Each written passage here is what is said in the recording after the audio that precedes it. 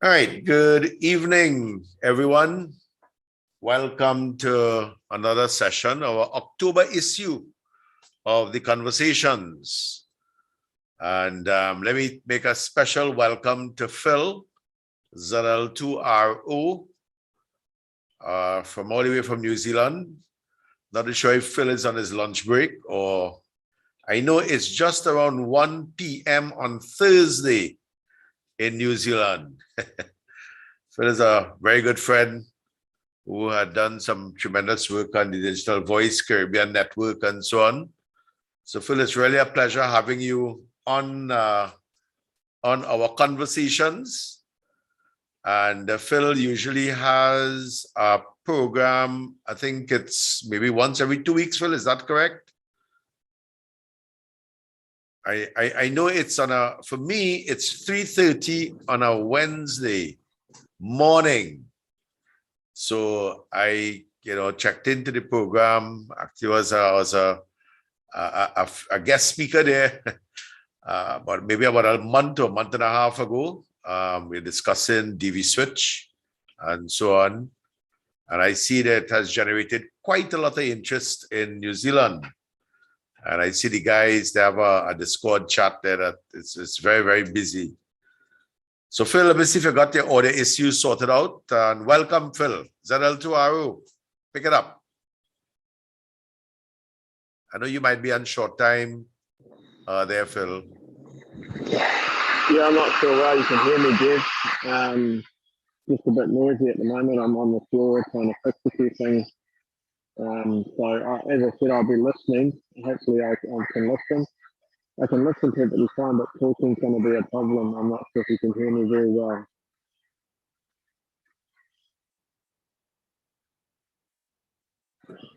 Yeah, okay there, Phil. I guess it's the connection.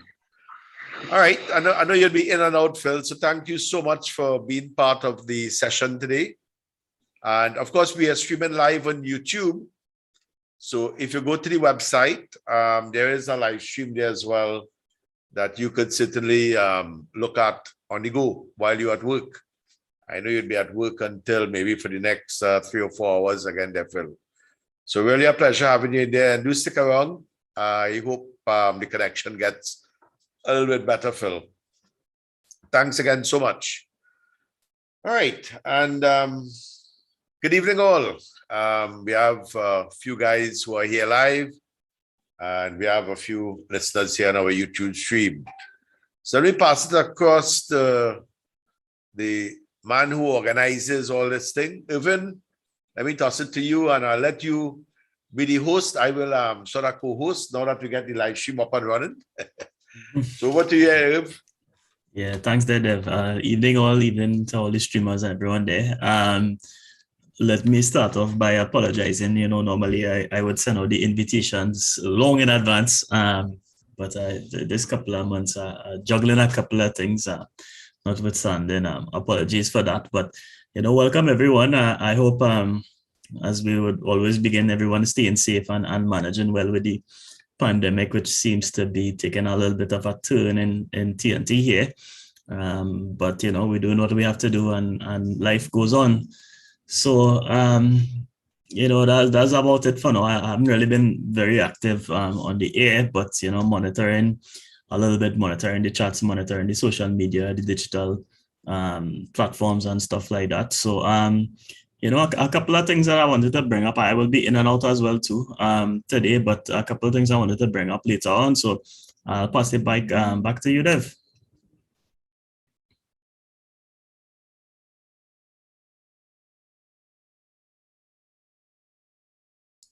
Yeah, right. You're okay there. Thanks very much. And let me just welcome the guys who are in here. Franz was in here first. So good evening there, Franz. And I'm glad you could make it. Yeah, I know, right? Like last time I missed out, boy. I tell you, yeah. Yeah, we there. All is well here. Just the usual now. Trying to cope with this COVID situation, man. I tell you, like it ain't going away at all, no. Like it around forever. But what to do? We still can play radio though. We have the best hobby, man.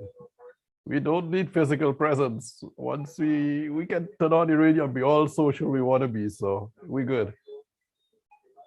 Yes, most definitely. Most definitely. And you know, I know Franz, by the way, did you get that LNA that you're waiting on for your weather station? Yes, man, you should. Boy, I get somewhere in the region of 60 degrees of image, you know. Really? I seen way down in South America, all the way up halfway the States, you know. Man, you should look on my Discord channel. They have some every so often real nice pictures that I receive, man. So the LNA made a big difference then. Yes, that and I put a band pass after it. I keep it nice and clean now. So that really working well. I still want to change the antenna. I'm still on a horizontal dipole, a V dipole, right? I mean, that's the bare bones when it comes to the antenna. But I want to get probably a turnstile or something.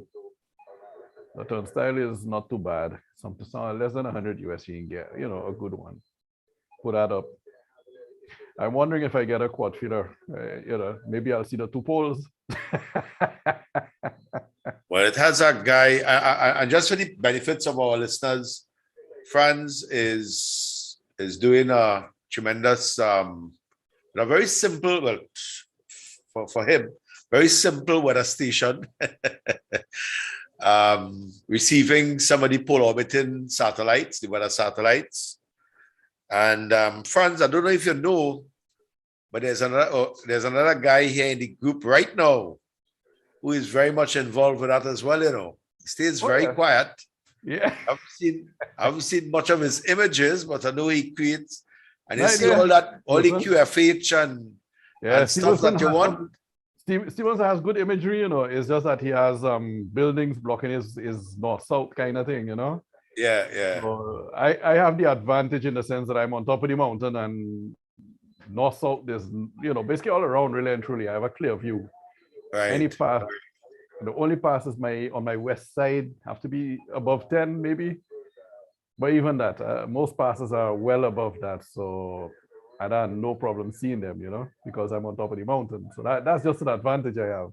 Right. And he's receiving well, you know, everything I receive, I see you receiving it. So no, I see some of the images. It's awesome. It's really awesome. And I share it on one of our local weather chats. I mean, these are just guys from the, you know, who are interested in weather and all that kind of thing. No ham radio operators at all. And they're very impressed with the quality of the images. But I know if you want a QFH, I know you have a guy who have one under his bed, you know. Stevenson, you want to tell us about that QFH you have under your bed still? To me, he put it up, no? I ain't think he put it up yet. Stevenson? He probably stepped out. All right, so we'll make the rounds to the guys who have checked in. Good evening there. I think I'll take it in the order of coming in to the chat. I know Stevenson was in and out. I'm not too sure if Stevenson is still there with us. All right, probably stepped away from the computer. Good evening there, Dave, and welcome. Hi, good evening all. 9x40 here. Today was a very slow day. It rained last night, rained this morning, and it was not weather conducive to do anything. It was the type of chicken in a cold weather sort of scene, and just to go back inside and hug up or something. I made one or two attempts, but had to give up on that. So it was just inside whole day, real like quarantine stuff. And the wife cooked today. She made her special there, and I'm just fat, dumb, and happy at the moment. Back to you. Yeah, okay. I say, Franz, I see there's something on the chat there for you from Irvin to share the Discord link as well. And we have MRS TTARS, Manaram Kisun. Good evening, night all. Very cool weather. Yeah, so welcome. Okay, right. Yes. Irv, you could probably respond to the chat on YouTube. We could probably engage the listeners there as well, or the viewers, I should say, there on the YouTube chat there as well. All right, and in order as well, good evening there, Steve, and welcome. Yeah, good night, Dev and all on frequency, as they say.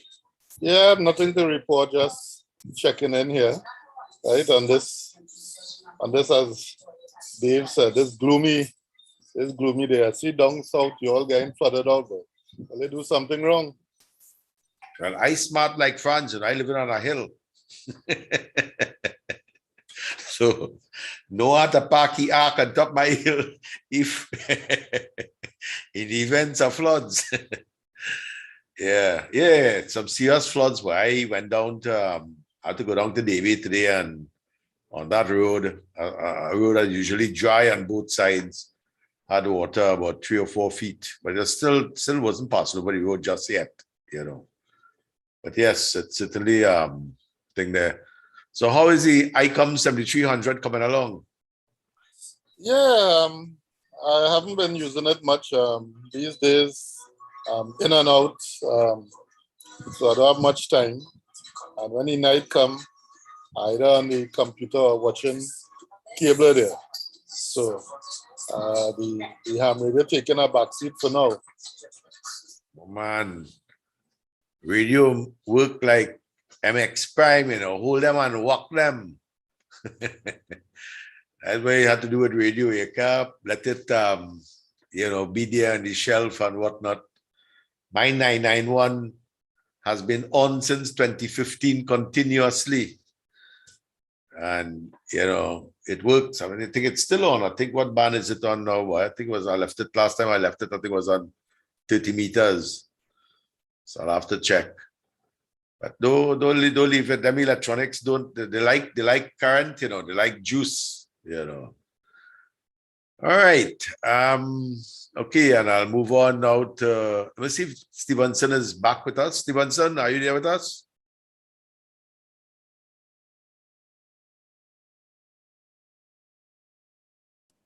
Yeah, Dev. I'm back inside for a while. How things going? Good night to each and everyone. Have a blessed and hope everybody is staying safe and healthy. Yeah, okay. I just want to get a status on the QFH. Okay, the QFH left from one corner downstairs and went in another corner. But Franz, it's only today I got an email from the post office since customs holding meeting in TT Post since the September the 7th to go and collect it. So I'll collect it tomorrow, please God. So we should see something closer, much closer to yours from after I set it up before the week finished there. Go ahead. Nice. I look forward to that, man. That'd be great. Yeah, but the QFH, you man who watching my QFH, I think I'll put it up sometime next week before I lose it. I was just going to have the excuse to come and take that and have a few doubles and come back here. And you're timing it well, Franz, because bars opening for Monday. Yeah.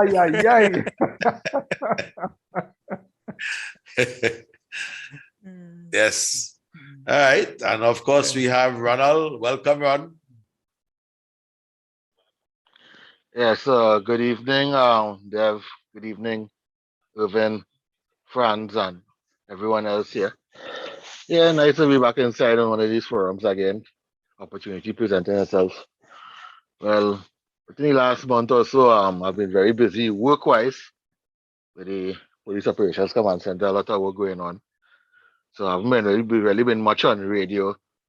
Although on the digital side, with Droid Server, so often I will scan and have a little chat and so on.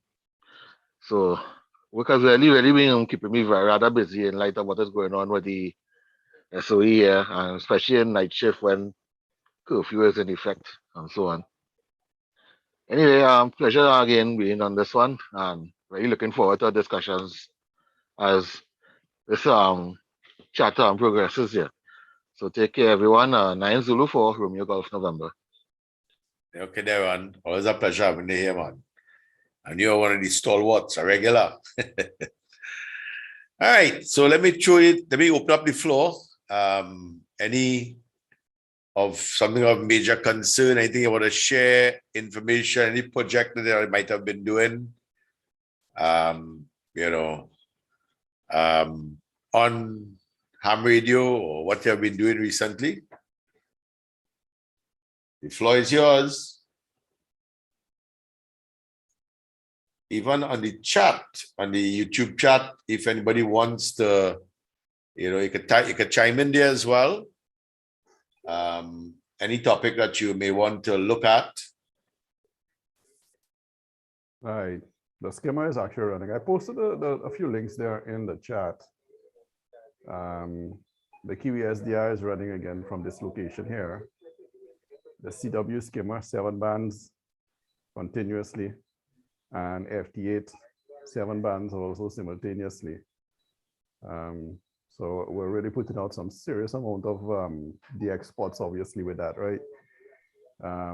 We're running that in anticipation because this weekend is obviously, well, the big contest, right? And we're all doing it, but we are definitely doing it from J68 Hotel Zulu, which is basically the contest station down here, right?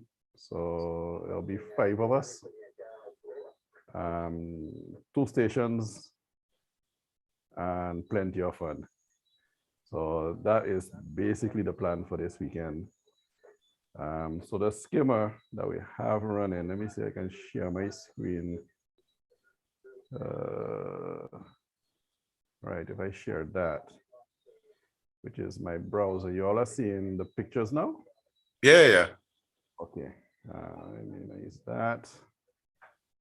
All right, so what are we looking at here? Well, that's the old case. That's a 6U computer case. And as you can see, that thing was, yeah, that was way out there somewhere, right? Now this is what it looked like, the first initial setup. We had it set up in a slim case from Dell. And as you can tell, obviously, yeah, that was a rat's nest. So took everything out, lined it up, obviously, and started doing this. Well, we repainted the case. Yeah, you seen it there on the floor. And we mounted everything up inside there in a way tidier fashion, right? That's just progress as we going along, doing the things. Okay, that is one of the antenna inputs. I had to resolder it. I don't know how that happened, but yeah, these are things that do happen. I modified everything that's inside there. Trying to get to that last, well, there you go. That's the one I want. That's one of the ones I wanted here. That's actually pretty much what it looks like when it's up and running. The only thing I changed was that black power supply. It has been replaced with 8 amp 12 volts and an 18 amp 5 volts 2 power supplies of medical grade. Yeah, that's a shack here on a good day because I can actually put my chair still inside there. Trying to get to, well, that is not that's a pretty good one actually. I have one where it's labeled. There we go. All right. So there you can see what we're running. We're running the QS1R, the SWR, the SDR, sorry. That picks up CW and RTTY 7 channel. There's a Kiwi SDR sitting in the center here. That is basically web SDR where I shared that I shared out on the chat. And then there's a red TTARS standing up here, well, it's mounted on a bracket really, which does 8-channel FT8. This all is, well, the QS1 goes to the PC, right? Because you need a PC obviously to run the skimmer software. Goes to that, but everything else is powered by the power supply here. Goes to this little router here, so there's only basically 2 network cables that leave this box. One goes to the PC that drives it all, and one goes to whatever internet you have, around. And there's a minimum set of ports that I have to forward, obviously, for it all to function. Antenna-wise, it comes in here. There's 2 splitters that bring it back together. An antenna guard. It goes to a preamp, and that gets fed basically back to everybody. Well, it goes to the splitter, and that feeds it to the various devices. We still have space in there I mean, all of we that involved in this little project is J68 Hotel Zulu, J69 Charlie Uniform, J66 Charlie Delta, and myself. We are always coming up with other ideas, you know. We have a port. Let me stick something more inside of there, you know. So it's expected to grow somewhat more. That is for sure. And antenna wise, we use two. Oh gosh, I'm trying to remember the name of these things. And they're from DX Engineering. It's basically two. It's an active antenna, but we use two of them. So one north south, one east west, which basically gives you best, you know, coverage all around. So that's the skimmer that we have running here at this point in time. What else I had up on the screen? Oh, you wanted to see the image here. That's what we receive on the satellite NOAA. Right, this one is, if I scroll all the way up, NOAA 19. On the Discord, all these images are shared. That Discord I shared in the chats. It sees all of these. They get uploaded. This is basically the interface here locally that I can keep track of what's happening and see the various passes and whatnot. What else we have running here that's fun is we have obviously the All-Star, which is still running. And we are happy to say that we have the 6 meter backup because we got the interface back for it. There was one, we had an interface and it was just misbehaving. It would work sometimes and does not. So we got a replacement and that is up and running now. So the 6 meter node, the VHF node, all that is connected with CDARN, is connected with Trinidad also actually with 904 Romeo Golf. And in St. Vincent, Juliet 88 Charlie uniforms node, these are always connected to CDARN. And there's others that come and go. And there's all the nets in the morning, in the evening, and all over the place. So it makes it quite interesting, really and truly. So voila, voila. These are the fun things we've been up here doing. Back to you, Dev. Very interesting. Very interesting there, Franz. There's something that I had there. Oh, by the way, were you able, I know Phil is here. Were you able to get DV switch working with your All-Star node? I started on that, you know. Let me tell you, I guess I attracted a million other things. Just about a week and a half ago, you know, hear the story because I did the initial thing, right? So I know it's running, but I haven't really completed the configuration. So there's nothing really happening. And the other day I was looking for one of my Raspberry Pis. So I started doing an IP scan and I come up with this very weird IP that is showing as being connected to one of my All-Star nodes. And I'm like, but what is this IP? You know, where is it coming from? What is it doing? Who's hacking me here? You know, and you know, lo and behold, it was a TV switch, you know. I tell you. So that is what brought it back up in my mind. I say, okay, I need to real complete this thing here so we can have, you know, a DMR channel, maybe a fusion channel or whatever, you know, add it in there and, you know, add to the source basically. Right. Yeah, because I know Phil and they're going guns with it in New Zealand. Right. Yeah. So maybe if you had a better connection, you could have, you know, heard what's the going on like in New Zealand. All right. Anybody else? Any other things that you would like to share or topics that you'd like to discuss?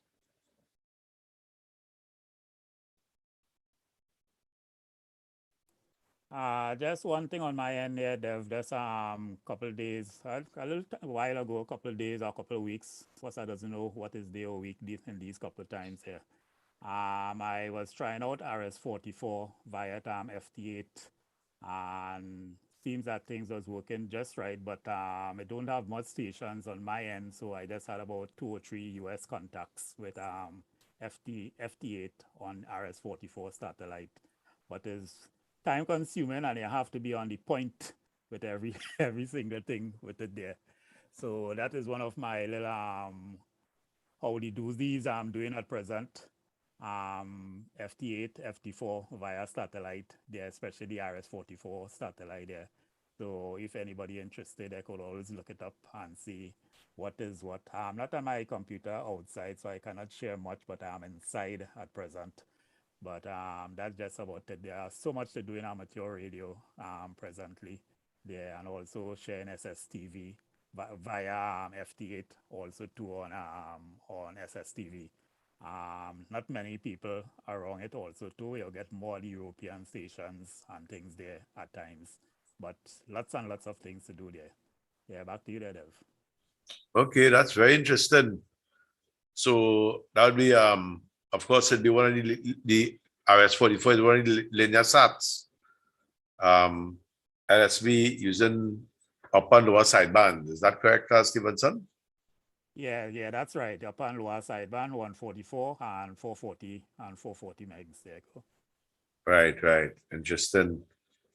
All right. That's pretty good. And I guess the nice thing about FT8 is that being digital, the contacts, and it does allow for multiple QSOs on the same channel, just like it would on HF and all the other VHF and whatever else. You have multiple QSOs going on there and whatnot. That's really cool. All right. Anybody have any questions for Stevenson or Franz?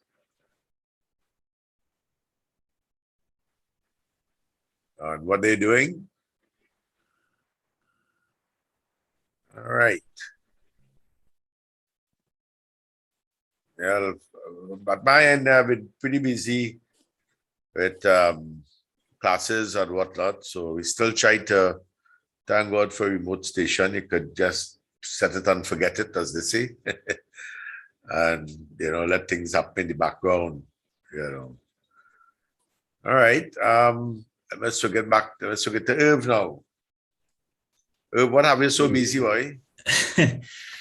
Well, now it's basically the work where I work at the TTBS Bureau of Standards is coming close to Christmas time, so that's when the imports are highest for the year, and my work is more or less inspection based of imports. So it's the busiest time of the year for me. Couple of that too, I trying a little thing with school now too, so it's coming close to exam time and whatnot. So is I have a bit going on.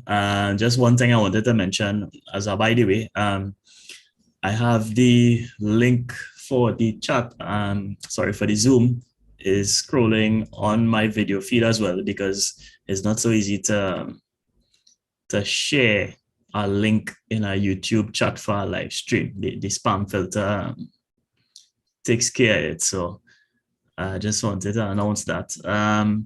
One thing I wanted to share, I'm not sure how public it is now, but there was something that that Robbie and Z4RG would have shared recently with respect to the framework discussions with TAT. So I know that that's been ongoing, and it's not fully published as yet though, but there were a couple of interesting developments through his interaction with REAC as well too. And one thing which really stood out is the investigative capabilities of the amateur radio operators through amateur radio service. And one of the main points was really trying to get a little bit more flexibility with respect to the allowances of imports for the ham operators to be able to perform this service, which really has been something that was a bit of a sore point in my view. So having that flexibility now, as once this is agreed and rolled out, will actually be a very good plus for the service, because as I would have mentioned in previous sessions, I personally would have had some issues trying to import equipment with respect to the being viewed as commercial, and to have that flexibility now will really actually help to grow the sector. So that's something I really wanted to mention and applaud so far. So that's about it for now. I will bring up a couple other things later on in the session. So back to you, Dev. Yeah, okay. All right. Well, if we going around, and I think you better bring up those topics now, because You went along with everybody. Yeah, no, it's really just an idea, and I'm working on it now. But it may be sometime in the future, maybe next year, kind of thing. So I'm looking at building on.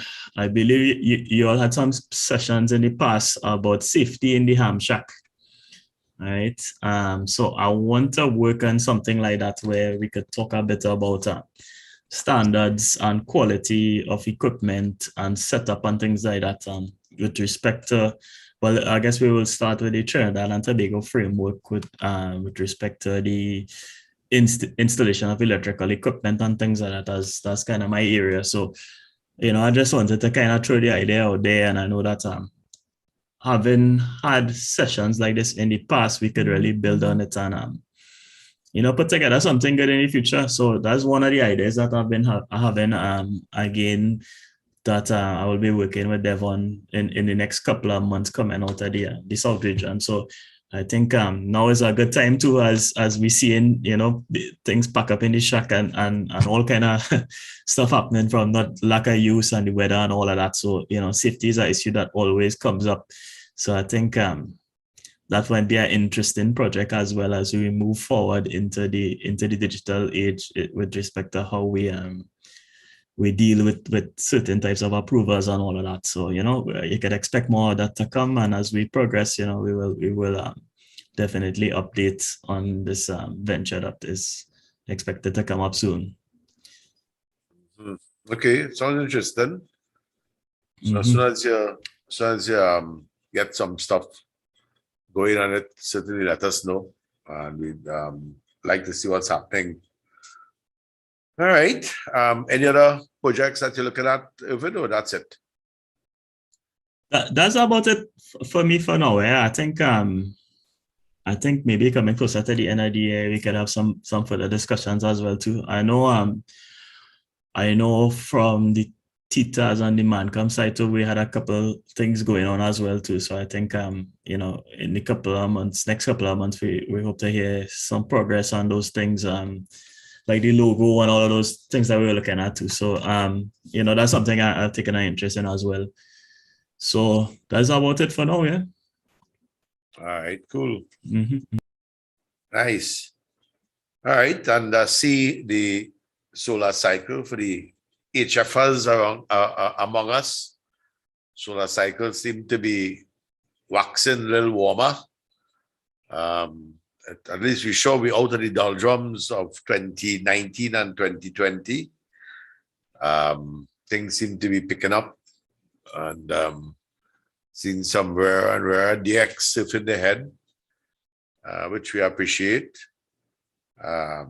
Making it a lot easy to contact some of them and so on. So within the next year or two, it's a good time to make sure you're on HF to enjoy the activity and so on. And I know Dave is making contact on FT via VHF and UHF. So besides me and maybe Mark and Chris, who else? Which I think you've been in contact with our PY station, Dave, is that correct? No, negative, not yet. By the time I read the guys who put up the notices, like Franz and Chris and I look at these things in the morning and in the evening. And like around now, I'll pick up the phone as I finish here with you all and see that the place was a hub of activity on about 4 o'clock or 5 o'clock. So most of the time I miss everything. Plus, there's been so much rain and lightning around. Antennas been disconnected more off than on. The only things I made some progress with was some of my small engine machines like the whacker and the tiller. And well, the lawnmower is still dead. And some of the problems I'm having is self-inflicted. Like right now, I was fixing the electric pressure washer, trying to get the hose off. And it has one of these quick on, but it's connected inside of the machine and I can't read it. So I bent a nail to pull the thing, which would release the catch and thing there. But I pull, and the nail fell in. So I'm in panic mode right now because it's an electric device and this, where the nail fell in, it sits right over the motor. So I can't even turn it on to I think I might need expert help just to get the hose off. It's simple things that kill me here, not no big complicated thing. Something like to disconnect a hose. That sounds like nothing, but it just will not come out. And it has a protective coil around it. So as soon as that's working, I'll be good. I got someone to help me with the tiller. I made one pass so far and it's been non-separate. So it's now slush in the front where I have to just remove the dirt and cast it. Can't do a thing there now. So everything is starting to back up. Ham radio wise, I still don't have the full capability to wind a simple that 75 ohm wire around a piece of PVC former. Get out some trouble with that. So a lot of things and my hands, even though I look at them here, they're steady. But when I hold a soldering gun, I swear to God that my hands move like this and just shake. So again, I will need some help with that. And multitasking is a long word that means nothing here. So I definitely can't do two things at the same time like before, even three things. So it's a definite slowing down on this end here. That's about it again. And for some reason, I can't handle heat anymore. After 5 years in the desert, you thought I'd get accustomed, but it's a different kind of heat down here, more humidity than anything else. And it just saps the living daylights out of me. So outside activities slow down considerably. That's about it. Yeah, I can lead once I outside and that place get hot there is pressure. I am a sweat box when it comes to that. You can actually see the water squirting out my body. In terms of sweat and whatnot. I have a very low specific capacity. Temperature rises very, very quickly, All right, I'll move down there to Ronald again. Ron, anything else there for us? Yeah, good evening again, Dev. Good evening, everyone else on this session. As I said, since successfully getting the droid star running and scanning through, participating in nets and making contacts and so on. One of the interesting nets I would have participated in recently was on the Philippine link on Saturdays. They have a net, and the most recent net that I would have checked into, a question was posed to participants on the during the net with regards to their views on digital communication, particularly C4FM. Getting more or less a feedback from each operator as it came in as so their views on C4FM and the advantages of it, disadvantages, as well as other digital modes like DMR and so on. And what I realized over time that more and more people are already embracing the digital communication aspect of amateur radio. As you would realize, it would have been slow in coming because they still have a lot of the traditionalists who say that is not amateur radio because they're more accustomed to doing things the analog way and making their contacts via antenna and that kind of thing. But as technology changes and so on, you have to adapt and you have to embrace some of the advantages of it. Because I can tell you, for people like myself, without the digital modes like this, I may not have had the opportunity to really make some of those contacts. Because traditionally, HF equipment in particular is very costly. Not everyone can afford it. They may not have the environment, the space, and so on to put up elaborate antennas and that kind of thing, and be able to make the kind of contacts that they will get now digitally, and still be able to share information, share ideas, concepts, you name it. And I, being a member of React for many years and so on, loving communication and so on, enjoy participating in different types of nets and getting different bits of information and so on, and sharing information too. So it has kind of encouraged me to continue going further into it, in the hope of eventually getting suitable equipment, really building up my shack and so on, and possibly conducting amateur nets and so on. I haven't done an amateur net in a long time. As a matter of fact, I remember doing a couple of them on the 975 a few years ago when they had the South friendly net going on. It was a really enjoyable experience. But outside that, I do other nets for React and so on. But with the capabilities I currently have to do a 2-meter net, it will be difficult for me given my current situation at my station. And then having the time to do it, given the nature of my job and how I work shifts and so on. And I must say that since this amateur radio conversations platform started and so on, I've been more encouraged to really get more deeper into amateur radio and studying it. And with the information being shared from you guys here and others like Robbie and Chris and so on, it's really piqued my interest. So I'm really hoping to get there someday. So again, thanks again for welcoming me and encouraging me, mentoring and so on. That is what this is all about. That's all I have to say at this point. Dev. 9 Zulu 4 Romeo Golf November. Okay, Aaron. Yes, first I'll take the last points first. I'm really glad, and that's the purpose for any conversation, because a lot of people want to get information. Those who have information to share will share it. Like we started off today with Franz and his weather station, and I mean everything we do, Franz and Stevens and myself, we call it open source.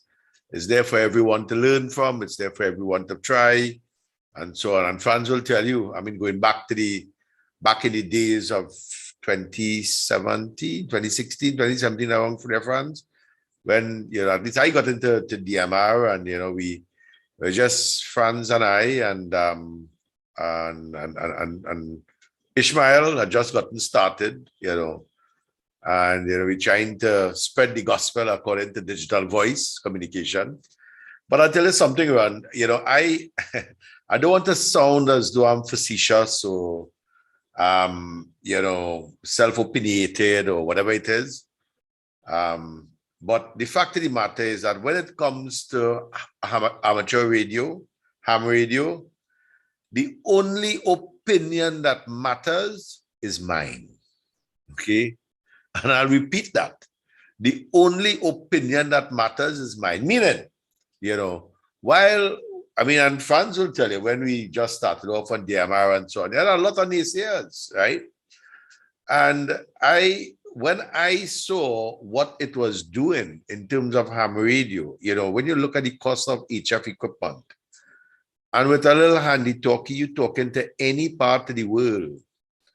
And then, we have it real easy here in the Caribbean. I mean, we could put up an antenna that's running from here to Port of Spain, or from France to Castries, and nobody gonna say anything. It had no HOA or anything like that in the area, right? And we could just run wire. If we neighbor want to be our neighbor about 3, and we beg and we tell them, we could, they say sure. And that's how we live in the Caribbean. And that's one. Two, there are a lot of people, who are our age and probably a lot older, and they're in homes. And they can't walk with a shack. I mean, in the young days, you're talking to them, they had towers up in the air and they had fancy equipment and whatnot. But the amateur radio bug has not left them. So now they're in a home. And the only thing that they could have is a walkie-talkie and a handheld and a hotspot. And with that, those two pieces of equipment, they could actually, and these are pre-Droid Star and whatnot, so they didn't know about that in them days, at those times. And all they have is a walkie-talkie and a hotspot. They talking to the world, and you should hear the glee in their voice, just being able to talk to people internationally as if they are on HF or anything like that, and you hear somebody comments, boy, if this was wrong when I was buying my HF equipment, I never buy HF equipment and stuff like that, because of the clarity of the audio and the ease with which they could communicate and so on. Okay. Of course, they're using not ionosphere, but they're using cyberspace. But say what? They're still making the contacts, and they still are able, to enjoy and share technical information quite easily and so on, And getting back to the first thing to talk about, as I talk about the Philippines, I remember when I just, well, actually, I was when I just got my hotspots. I think this was probably back in 2016 or so, and 2016, early 2017, somewhere around there. And I remember I have a 991, and I remember I hooked it up on YSF, and the first few contacts I made on YSF were Philippines, and they are very, very helpful. There was a net in there, and I really enjoyed, some of the communications, and they're very helpful and very polite, and so I can understand, the interest that you would have in some of those nets and whatnot. And apparently they are very well organized in the Philippines, in terms of their infrastructure and in terms of, their camaraderie and what they have there. It's really, really good. So I share your sentiments with respect to the digital voice. It's here to stay. Like I said, I really, while there are the naysayers, eventually I've known quite a few naysayers when we started France who have actually went, I wouldn't say full circle, I would have to say 180 degrees, but some will say they make a 360 degrees. I don't know 360. 360 means you're heading in the same direction that you were heading when you started, okay? 180 means that you have turned and you have flipped the switch, so to speak, There are plenty, a lot of naysayers who, were knocking the DMR and all the digital voice and whatnot. And now a lot of them are very gung-ho with it, and they realize that it was something that people need to get involved in. And just try it out, experiment with it. And, now, like you realize that you don't even have to have the equipment, just the software. And I'm sure Doug is doing a lot of work on that software to modify it all the time and upgrade it and so on. Now there are some other systems that you could use, and while you're in that run, there are two other systems that you could probably try out, okay? There's this device, and I have an extra one, but actually one that I have to repurpose. It's really a thumb DV. This is what the thumb DV looks like, okay? It's basically something like a flash drive. Let me just take this off. Right, okay? The cover for it and the flash drive.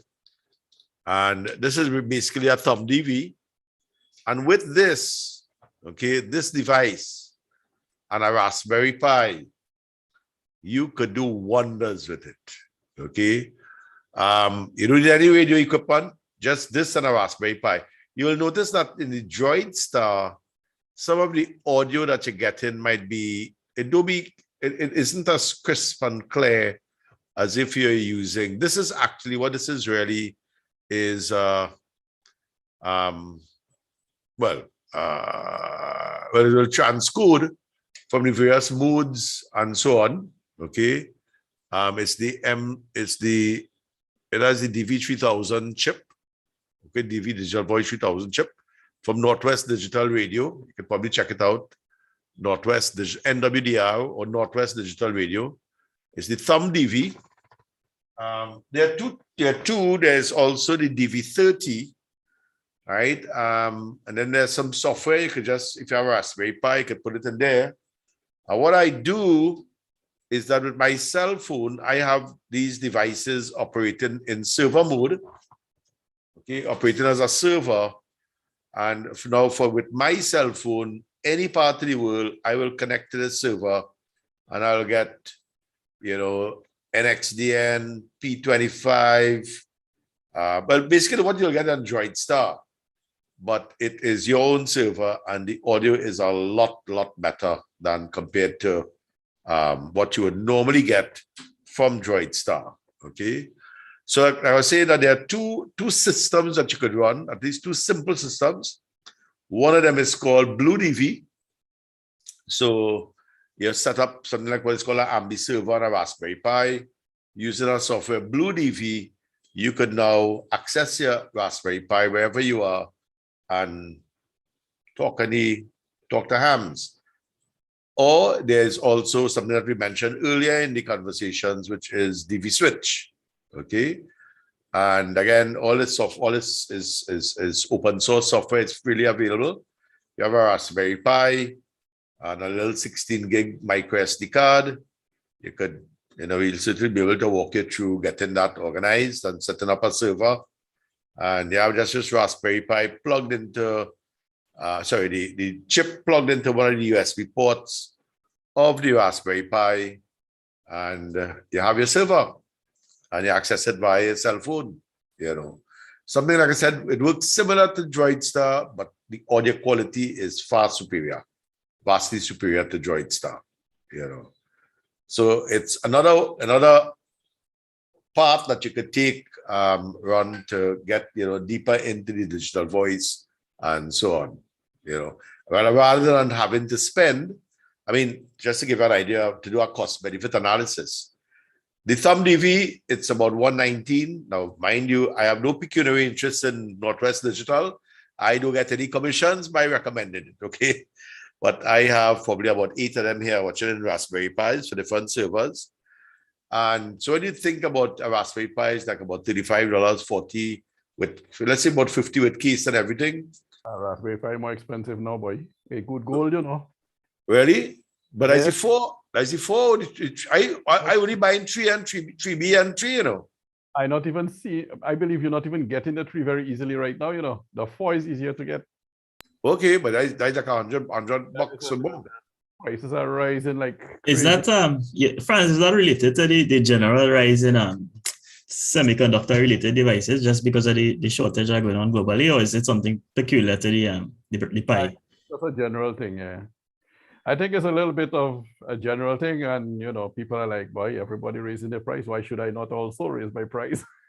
That kind of thing. Yeah, well, it's an interesting thing. If I was to interject and carry this part on a little bit, because I was doing some research on that recently.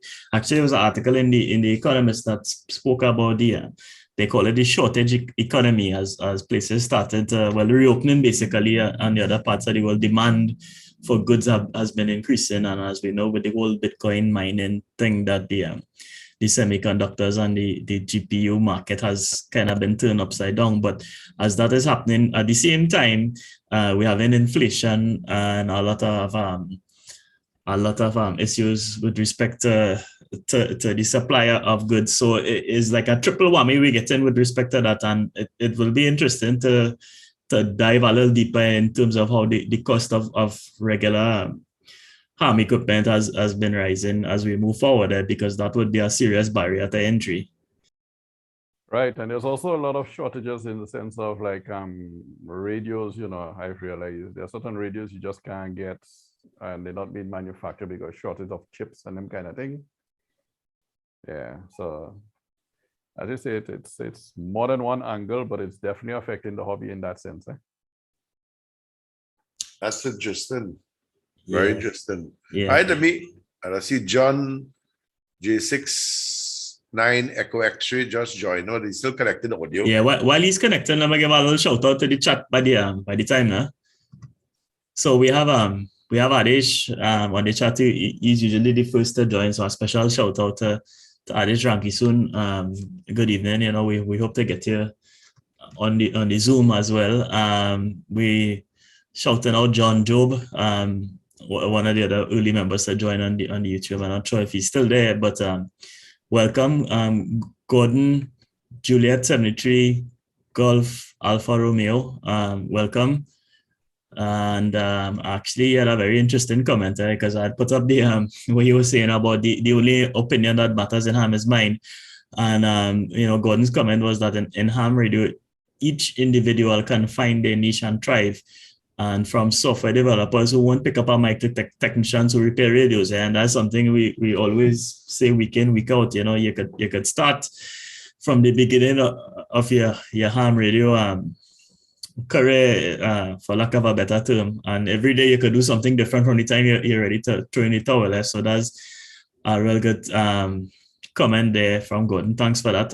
Shout out to Suraj Sipasad as well too, who say he wondered if his physics still good, if he could fit a V is equal to F lambda somewhere inside there. One more comment from that's one of my students. Yeah. So welcome there, Suraj. Seeing another comment from Godnia as well too. TSMC is currently building a $12 billion 5 nanometer chip factory in the US to deal with the shortages, and he said it should be open in 2024. So yeah, that's pretty much what we're seeing. That hopefully the by 2023 some of the demand will be demand will be met, and hopefully some of these supply chain disruptions will be normalized as well too. But of course, with all these new variants, it is really difficult to tell. So anyway, welcome all to the members on YouTube as well. I know there may be a couple of people on the DV Caribbean Facebook as well too. So welcome all. Back to you then. Yeah, okay. All right. Yes, Franz, I just went on Amazon and looking for some Raspberry Pi, and I am surprised. What you see now? And a kit Raspberry Pi 3B Plus for $99. That was half the price That's a year ago. That's right. A year ago, you would have buy 2 for that and still have change. Look at Raspberry Pi 3B motherboard for $84.99. Get a 4 cheaper than you can get a 3 really. Yes, that's why I now order 2 4 gig for 120 each. Right. You got 2 of them for 191? No. 120 each. Oh. That's what next one. That's before gig. Before and then the 4 gig. But that's not with case of power supply thing. That's just everything. That's the one with the argon case, Stevenson? Yeah. Because I know have it on my order there. I know paying it off here right now. So I know that is go now. Yeah. So I need them. The prices have risen. They've raised real fast, fast. It's a good thing I still have a spare and I have a couple of, I even have a couple of Raspberry Pi 2s now.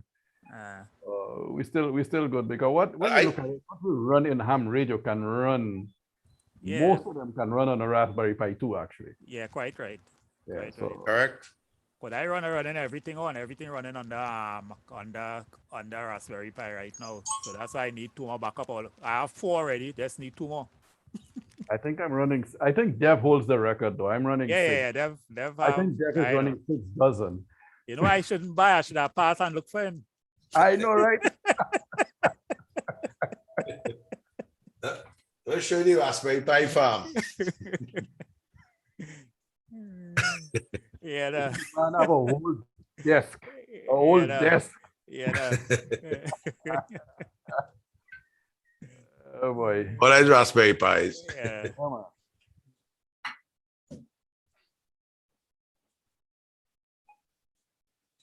But that's what it is. The thing is, when somebody walks in your shack and you tell them, well, you have 6 or you have 10 or whatever you have running, it could be 4, and they do the math, and then they're like, you see, you spend, but you didn't do it overnight. Exactly. Or you didn't go and buy 10. You bought 1 and you had fun and you said, boy, I have a second idea. Let me try that. So you buy a second. That's right. Because you don't want to spoil the first idea. So you just add. Incrementally, just add. And they keep going up and up, That's how it goes, That's amateur radio on the whole. And when you look at it, fellas will look at, boy, you have a big shack, or, they're envious of your shack for whatever reason. But that's foolish because you didn't go to the store and bought a shack. You went to the store and most likely bought the cheapest CB radio they had.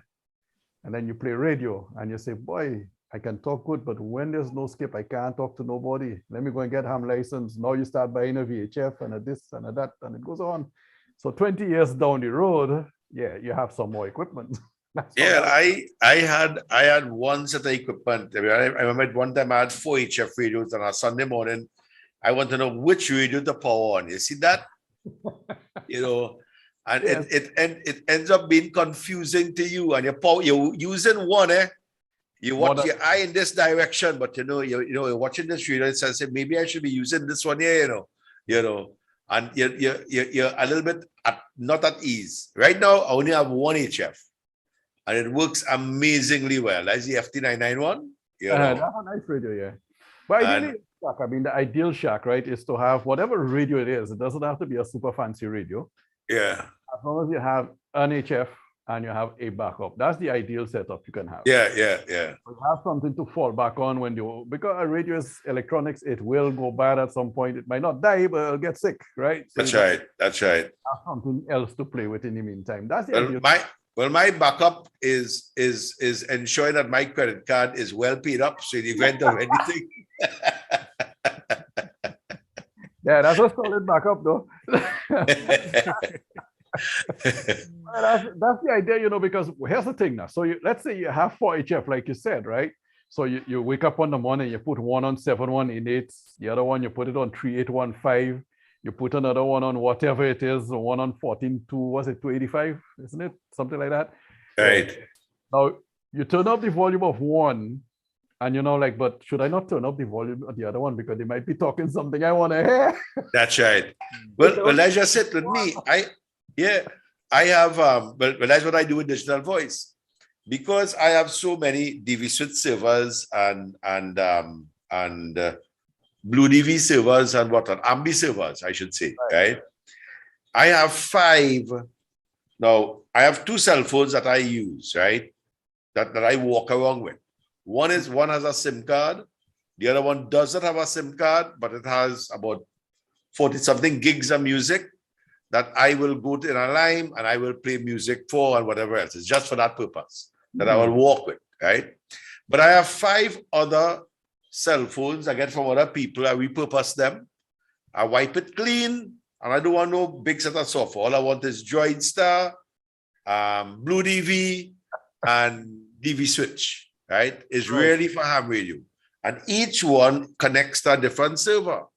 So sometimes, imagine I have 5 radios, literally 5 radios on. One on C4FM, one on YSF, one on D-Star, I'm monitoring Reflector 1 Charlie, Reflector 30 Charlie, you know. And once other thing, after a while, I sit down and listen to this thing. All of them chatting at the same time, and you don't know which one to actually pay attention to. Correct. So you don't follow none. Correct. I stopped that too, you know. Yeah. I only leave the volume of one radio up. At the time, yeah. Even though, I mean, I have the DMR repeater, I have my nodes running here. I only leave one. The one I want to listen to, I leave that on and I ignore the rest because you can't be everywhere at the same time. You know, No. Making no sense, you know. So yeah. But it's nice to say I have the capability. I thought Roseman was coming in here. He's joining, right? Like here, what I have is basically my radio, my backup radio. I have a 706 MK, what's it, MK 2G. That's for portable. I use it for portable and I use it for TP, VHF. That's the one I use to talk to Brazil. What else? That's it, basically, you know, and all the rest is basically VHF, UHF stuff, you know, the nodes and stuff like that. So I don't really talk on them myself. I use my handy and talk to my own node. So good evening, Roseman. Welcome. Oh, you're still connecting audio. Yeah. Good evening there, Roseman. Oh, you're still connecting audio, I see. I realize sometimes Zoom does that, where it takes a good while before it settles on your audio. Okay, and Roger.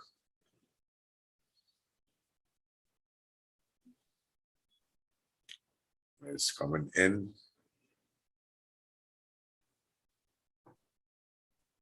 Okay, guys. Yeah, my eyes are starting to get a little glassy and not sleepy. I'm just getting a little blurred vision here. So I think I better call it a day with you guys. Nice for having me and learn a thing or two. Yeah, man. Okay there, Dave. Good evening there, Roger. Nice to have you in here. Good night, Dev. Good night, guys. Thanks for inviting me in. Yeah, I send the invite for Curtis. The special invitation for the guys in Tobago. I thought I'd see a bigger contingent here this evening, but look like they're busy. Well, actually, I was just sitting down trying to sort out some paperwork and doing some stuff online. And by the time I checked back, but I didn't see any invitation anywhere beside I think in the TTARS chat. I can't remember seeing an invitation in our Tobago chat. Oh, okay. I'm not too sure what happened there. All right, because I told him to, I told him to send it off for the chat, but finally, he probably was tied up today. I only sent it to him today because Okay. when I remember about the conversations now. So I sent it for him. All right, no sweat. No problem. So how things with you? How is radio going in Tobago? Well, I think the radio probably going better than me, but so far so good though. Nice. So far so good. But by the way, I'd called. I was heading to that place you told me in the mall there, and I say, you know what? The only other ham that I could call is Curtis. So I called Curtis, and it so happened Curtis had the cable that I was looking for. Okay, no problem. He bought it down for me. So immediately as soon as I came back, right now I had the cables. I went in the Wiz and I picked up 3 of them. I put actually let me tell you guys what happened. I have this and you can probably check it out on Amazon. It's the Bose S1 Pro. It's a speaker, Bluetooth speaker. So I took to Tobago. So I want to sit down in my hammock. Hammock actually carried a portable hammock. I carried 2 actually. One that I could sling up on a tree, and one that actually I bought on steel on a stand. It's a portable. It has its own stands and whatnot now. Okay. Because I came out with my car, loaded up in the car, and I had it in my apartment, you know. So I want to put my Bose on, have my beverages on the side, and rock in my hammock while I listen to music or go on the radio or do whatever it is, you know, like what I do when I'm home. All right. Only to realize that I didn't bring up the cable to charge it, which was that same 3-pin thing. Okay. So I say, well, boy, it means I there for the weekend, and all I can get is 11 hours of music. That's not making sense. But thank God, Curtis came to the rescue there. So he dropped it down for me, and when I on my way back up, I met him before I head to the port and whatnot. So that ain't happening again. I'm sure about that. You know, I bought extra cables. I put one in the car, bought 4 sets, one in the car, one in a computer bag, one in a next bag, and one to keep home to charge, you know. So I'm sure I'll have. So if you need one, I have one in case you need. I might have walk with more than one, Roger. But thanks all the same. You're muted. I normally have those in abundance, so I expect to find that, you know, just by stretching my hand someplace. Yeah, just like me. When I look in, I realize, I say, wait a minute, I can't find not one of those things. I said, nah, man, something wrong. So I say, you know what? I really don't understand where they went to, but as I call you back and tell you, nothing doing. Right. I really thought I had. But now it make me realize that I have to go looking for those that I did have, because I don't understand where they're gone. I see. Okay, Phil, we open. All right. I thought Roseman was coming in. I see he was connecting audio, but yeah. Looked like he had some difficulties there. Okay. What happened? I think Gordon normally check in on this as well, but I think he's on YouTube tonight. No problem. Yeah. I'm glad to have him all the same. J72 DMRs is also on YouTube. I don't think he has typed anything, so you don't.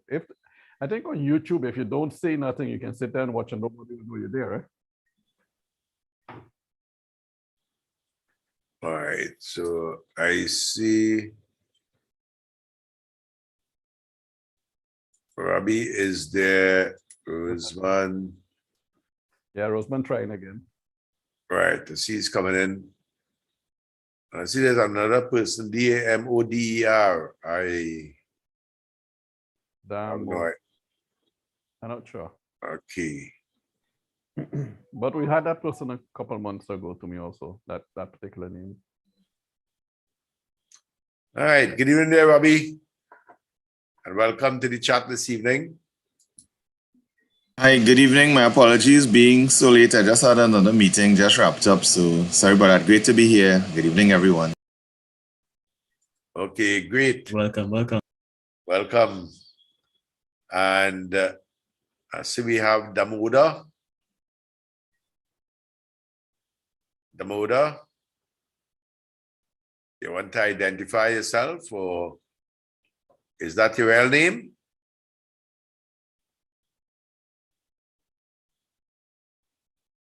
Okay, and we also have Monica here as well. Have Rosamond in there now, eh?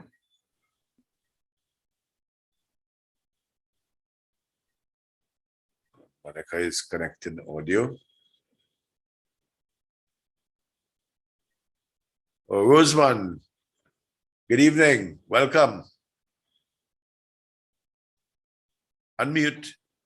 Thank you, sir. Thank you. A very good evening to all. I am just curious to be a part of this session, and thank you for the opportunity. Oh, great. Nice to have you. Nice to have you in here, man. We're well represented in the Caribbean. We even have Phil Zarel Tuaru, all the way from New Zealand, who is living our future. His time is probably 2:12 p.m. on Thursday. So,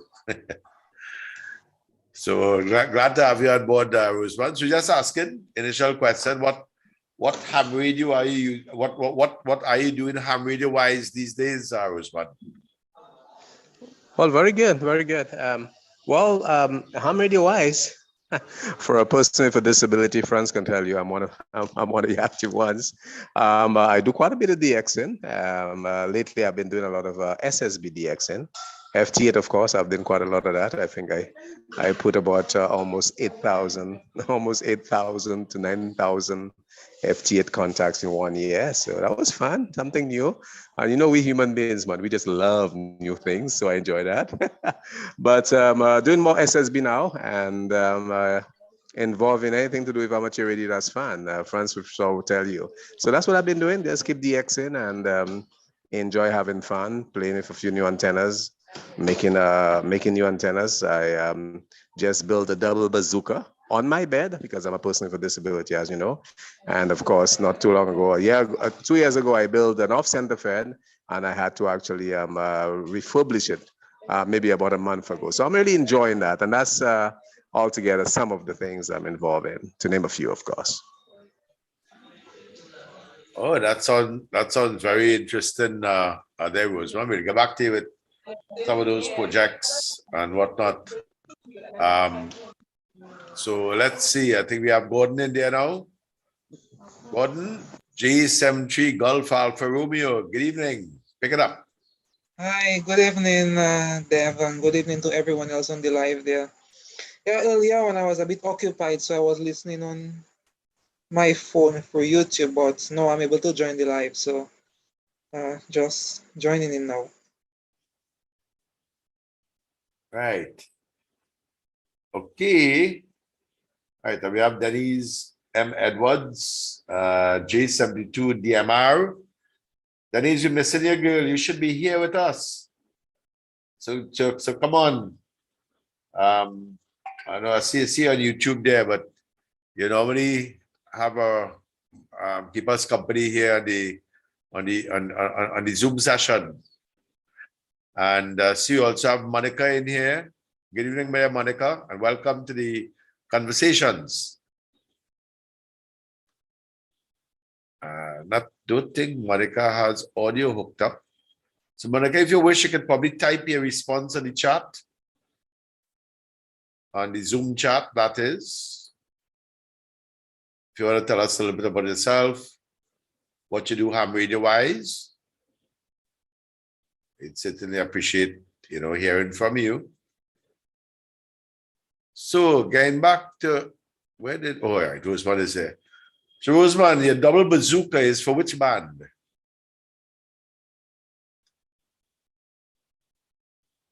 Rosemont? Okay, very good. Well, what I did is I did one for the 80 meter, 75 meter band, 80 meter band, that is.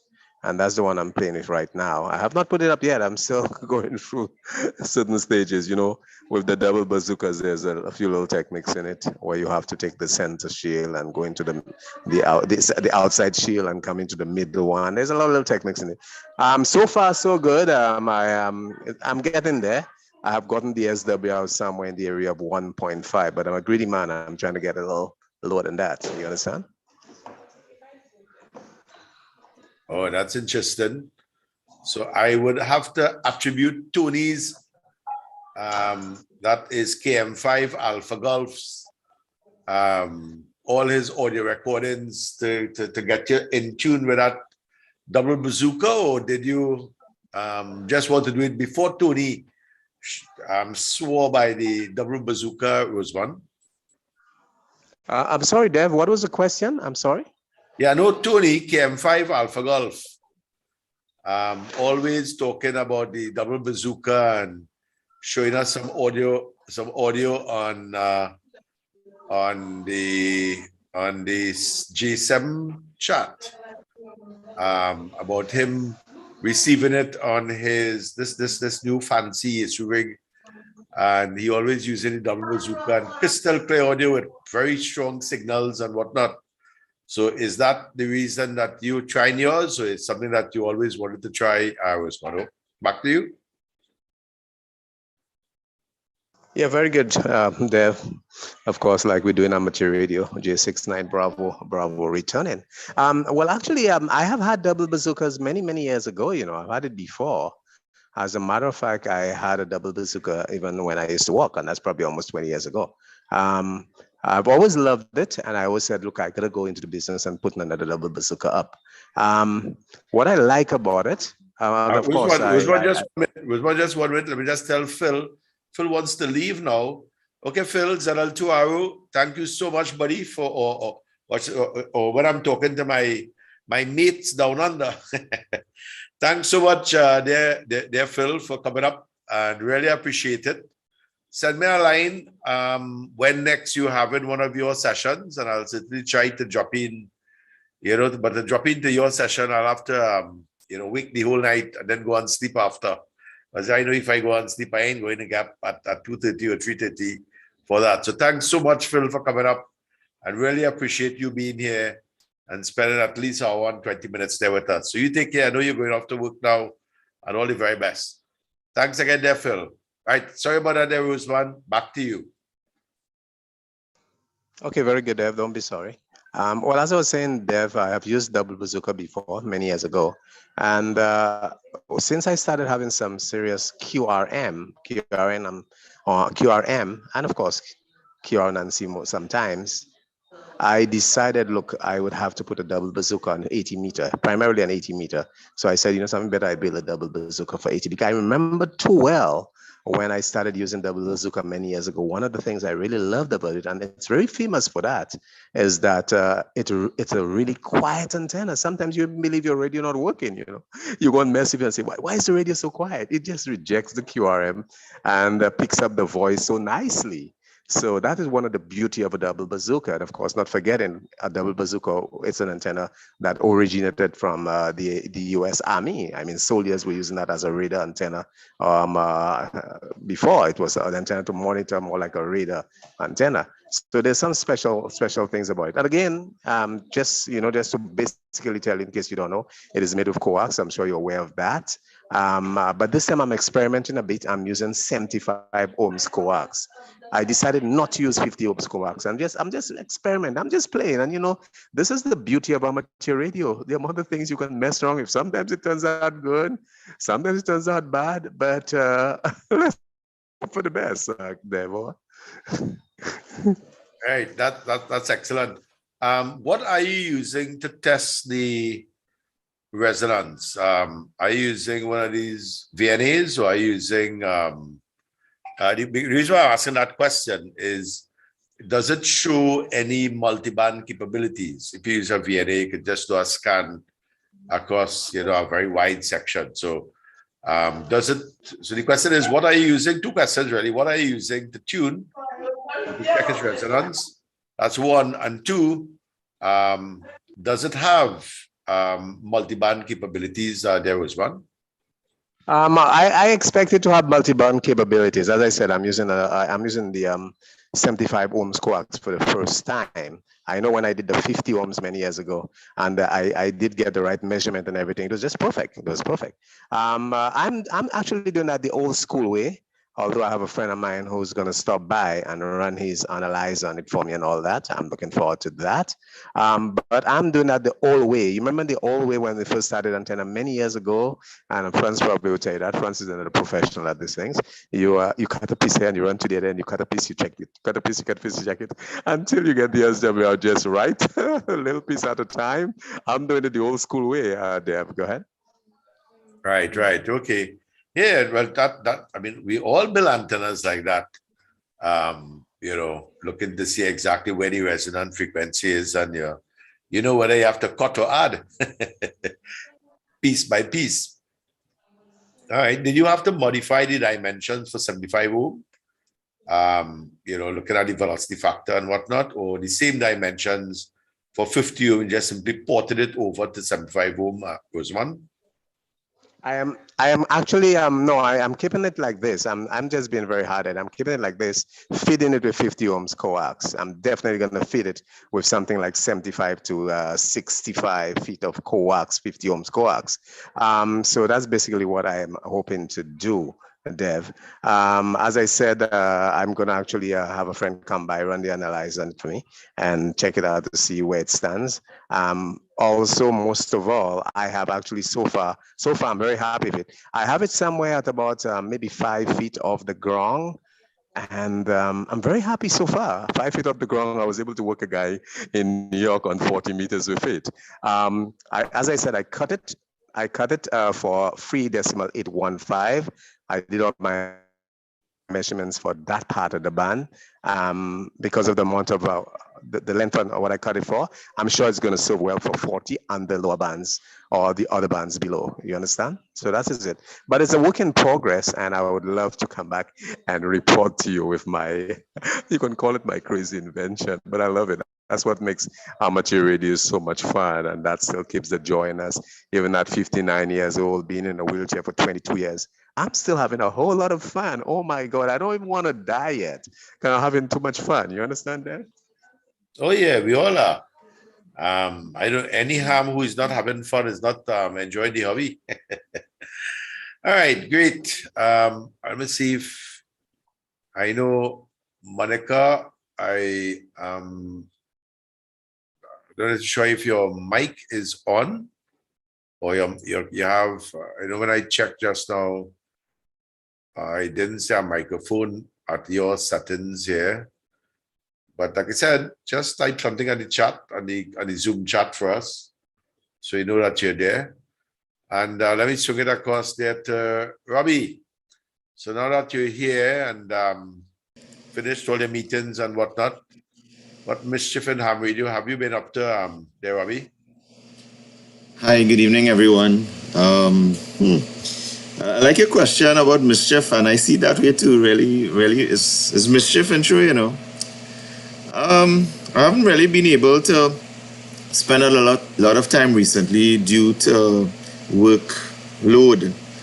So nothing much at this point. I mean, I had a number of experiments going, and they've all come to a bit of a halt due to work pressures.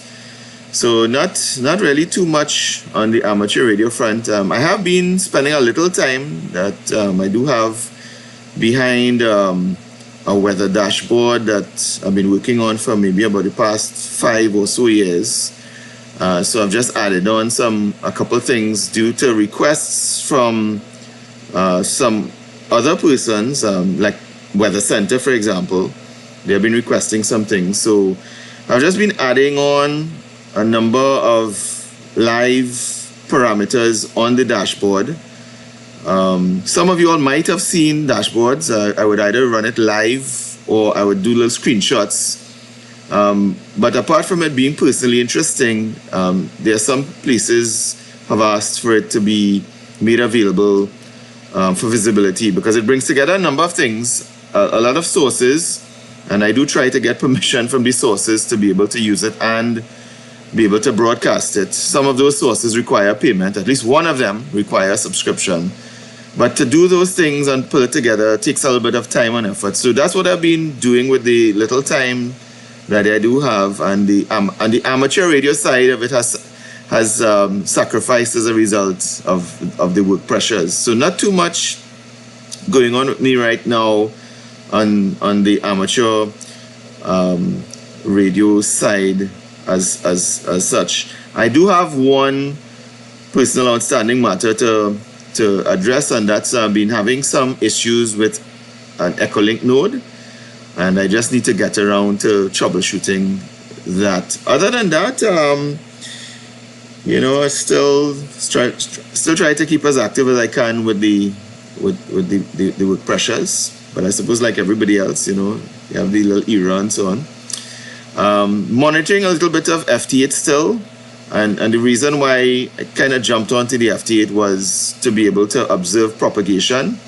I was using, I do have a node that's running Whisper, WSPR. That was an occasional thing, but I have it running 24/7 for the last maybe month or so.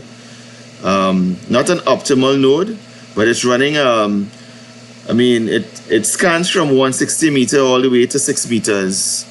And it's been interesting to see what that has been doing, but I have not been able to spend much time behind it. The other thing is, I know there have been a couple recent contests. Not that I've not competed in any of them at all, but I've monitored a couple of the guys. I'm not seeing him online, like Lorenzo, Mark. I know they have been in some contests, Chris, and I just monitor them a little bit. Right, I think Franz, who's online. Franz, I'm not sure if you take part in MD contests, but I know I've seen you engage with those guys, humor them, get them up on RT and, testing. So I do monitor a bit. And if I can't monitor directly via the transceiver, the web SDRs is my little go-to. So if I'm in meetings or I'm away from the QTH, I'm still able to monitor a little bit. So not a whole lot, but I still do try to keep touch, and that's my story there, Dev. All right, there. Okay, there, Robbie. Well, the thing is, I was kind of shocked when they say you was under plenty work and you're not much into ham radio and then you kind of explained it because I saw quite a lot of activity on your weather dashboard, and I really appreciate the efforts that you're doing in that area. Because it's a really quite a lot of information. When I see, even if it's a screenshot, it takes me a good few minutes to take in all the bits of information that is there. So it's really a wonderful project that you're doing there, Robbie. And like I said, the frequency with which we just work Greenland on 20 meters here. OX7 AKT. Yeah.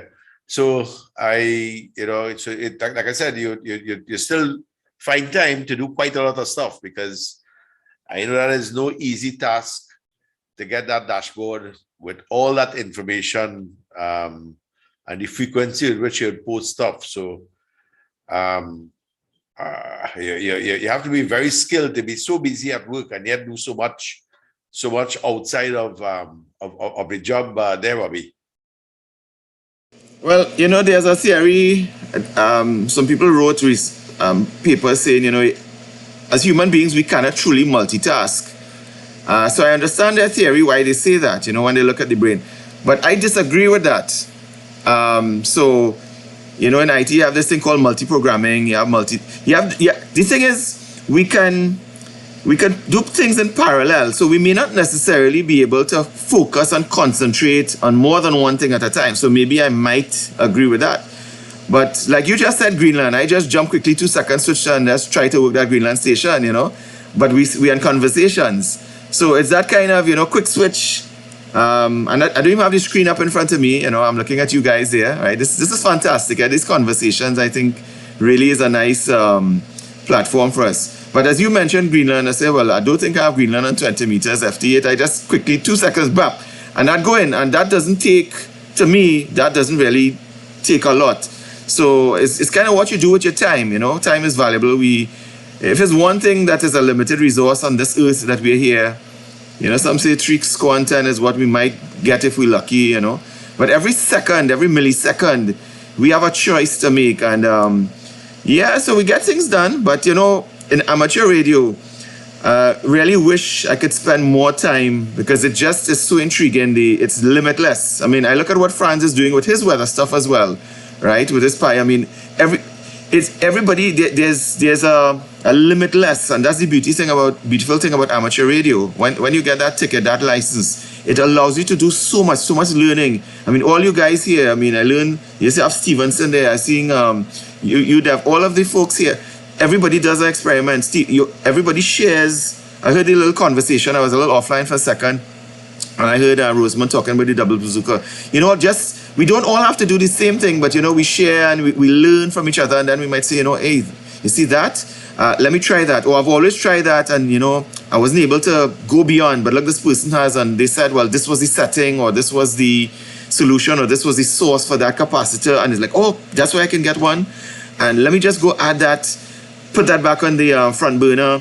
And then all of a sudden now something that 10 years ago you were trying to do, you didn't get through, all of a sudden somebody gives you that magic answer because they have experimented for 10 years also on that. And they have just found the solutions like, oh, that's what it is. Let's go to it and then bam. You know, so this thing called amateur radio, it's really limitless. And I wish that I could spend even more time dedicated to some of the experiments and trying. And I say trying because amateur radio is about failure as well. The more we fail, I think the more we learn. You learn what not to do. So some guys say, boy, I'm trying this and I'm giving up. I say, here now. And I think I heard you say to Dev, I just found the 15 ways not to do this thing, right? And then after that, bam, you have the one way, and, you know, you could do a YouTube video, you could call up people, you could come on conversation and say, you know, I tried these 15 settings, but, you know, that's 16 settings, like OmniRig. And some guys say, yeah, giving up on OmniRig. I say, well, try these 3 things with OmniRig and tell me if you still get through, or remote control or remote hams, you know, because we've been through hell, you know, we've been through, you know, scales and everything like that. So we come out scraped up, but we have discovered what not to do and maybe sharing the information. So Franz here, they'll say, well, you know, Robbie, did you try this? No, I was kind of thinking of doing that, but did that work? Yes. I said, okay, cool. And we learn from each other. And I think that's the beauty about amateur radio, the community and the sharing and the learning and the excitement about it. So my wish is for a little more time to be able to spend behind these things, Ev. Yeah. You know, as a matter of fact, I'll bring one of the last things first about learning. I wouldn't call the name, but there's a certain, you will know what I'm talking about. When I give you the incident, somebody came for a hotspot. So they got it and whatnot. And after they called me, they say, you know, they're getting some problems.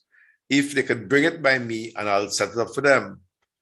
I say, listen, I told them, I say, what to go on YouTube to search for? I say, yes, you could do it. I have no problem with you doing it. I mean, bringing it here, I'll be more than willing to help you. But then I'll be removing that opportunity for you to learn. And in my vocation, I will never cheat anyone or deprive anyone of that opportunity to learn. I say, you look at the YouTube video and tell me what you learn about it so far. You realize that you need to set up PyStar and you need to do so and so on. Understand what you're doing, you know. And bam, a few days later, as you know, heard the video was on Digital Voice. But getting back to something you started off with there, Robbie. And, you know, when I was talking about busy, like, for example, and I'll give you a situation. If you are home on a Sunday, right, and you're home and you're relaxing and you're watching TV and whatever it is, and your wife says, darling, I want you to go in the grocery and pick up a pound of salt for me. That will be the hardest thing to do. To leave home, put on clothes, to go on the road and pick up that pound of salt. Okay? And I associate that, and it's something that we do, you know, being a Rotarian, we try to get people to involve in the organization who are busy. Because when you're busy, you understand and you have a tremendous respect for time. You try not to waste time, you know. And I refer to it as the inertia of time. Meaning, inertia is the reluctance to start moving when it's at rest, or the reluctance to stop moving when it's in motion. Okay? So when you are busy, you have inertia. You're moving and you can't stop here. Okay? But as soon as you in that restful stage, it's difficult to start moving. And that's why, you know, and just simply that you had said, just to underscore the point, and just bring in a little physics element into the whole concept. Once you're busy, you know, you find yourself getting so many things done in a day. If while you on your way home or while you're at work, the wife now come and say, Darling, I think I need some salt home. No problem. You're passing so many groceries on the way home, you could easily pop in and pick up the salt. It's not an issue. But don't do it on a Sunday when you realize I home, cock up my foot, and you know, watch me and tell me to bring home salt. We go eat the food without salt that day, right?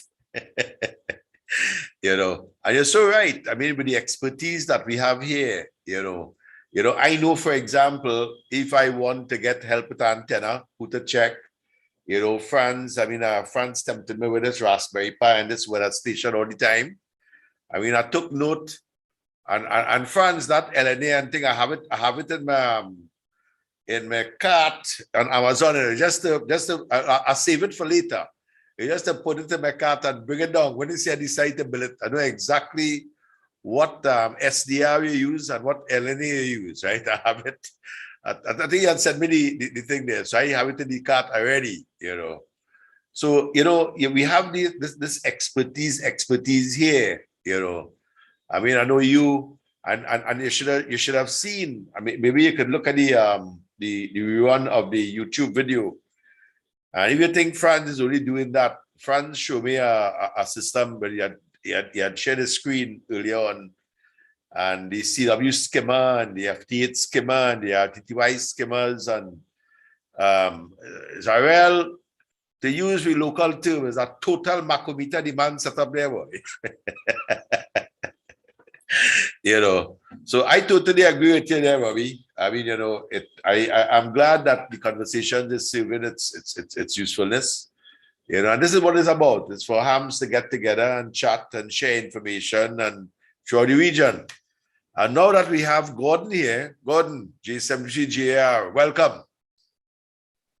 I thank you again for the opportunity there. I've been very busy myself lately, so haven't done much in relation to amateur radio. In fact, I have bush starting to grow on my antenna, so that's how bad it is.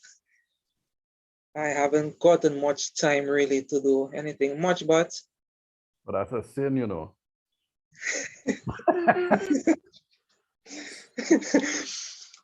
I know, but I am just waiting because there is a particular vine that's growing on its front. I'm not sure if you're familiar with what they call poaguate.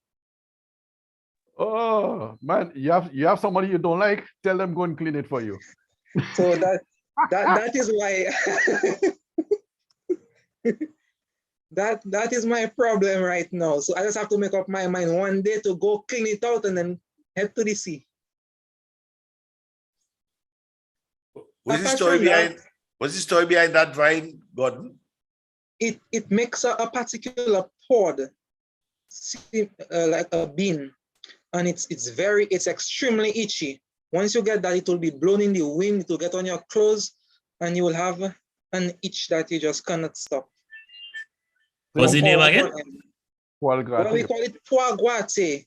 I'm not sure the correct English name for it. 9 meter right now, Kennedy, I'll call it back.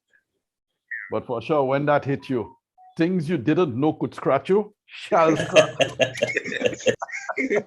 Or is that the same thing? Kowich is something else.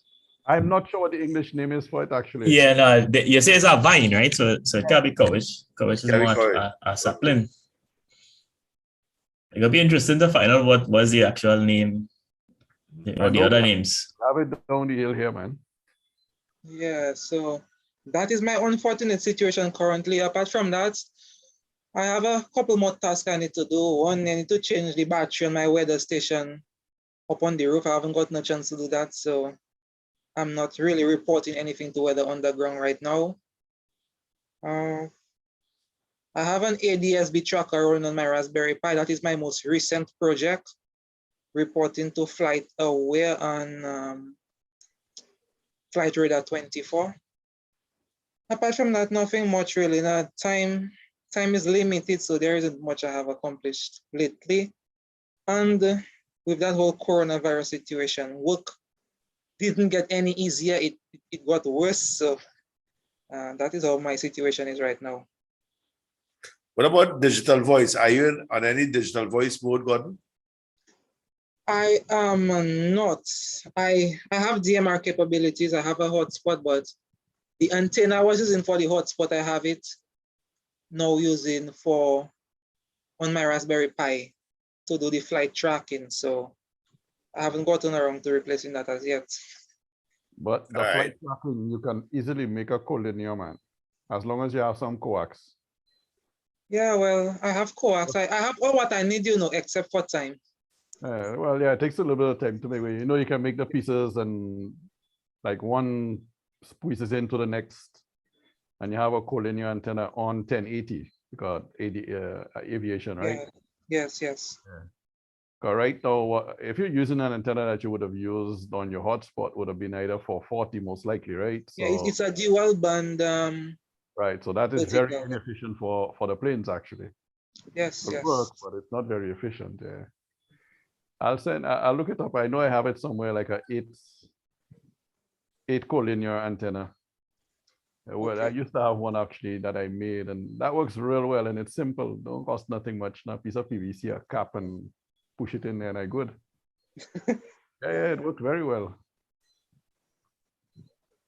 Yeah, actually, Gordon, one of the other ways in which to get a digital voice is via some apps. You ever download DroidStar? No, I haven't personally downloaded any of the digital voice applications. Okay.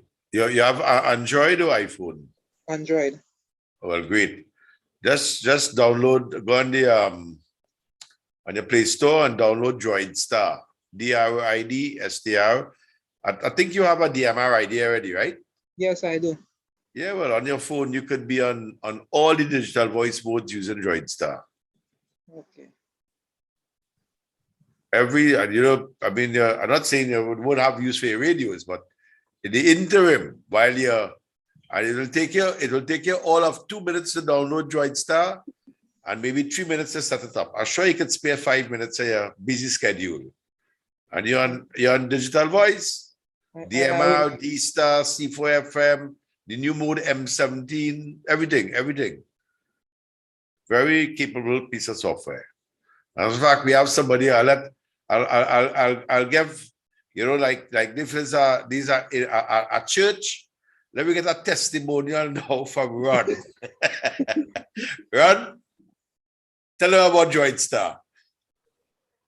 Yes, Dev. Welcome, Gordon. Yeah, it's very, very simple to use, very simple to set up. As you said, you already have a DMR ID, so guys, half of your headache done gone there already. It's just configure it into DroidStar once you set it up, put in your DMR ID and so on. And they have different modes as Dev is now explaining there. And you just go ahead, you just transmit as if you would transmit on a radio and so on, and you just talk the different nets and so on some of the different reflectors and so on, and you just go ahead there. Yeah, give it a shot, Gordon.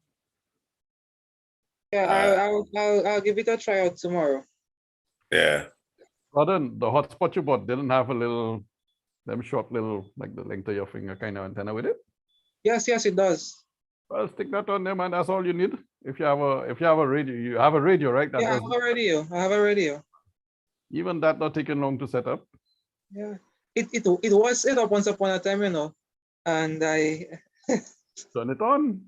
Yeah. Use the little, Yes, I remember Gordon. Gordon, I remember you were on DMR at one point in time.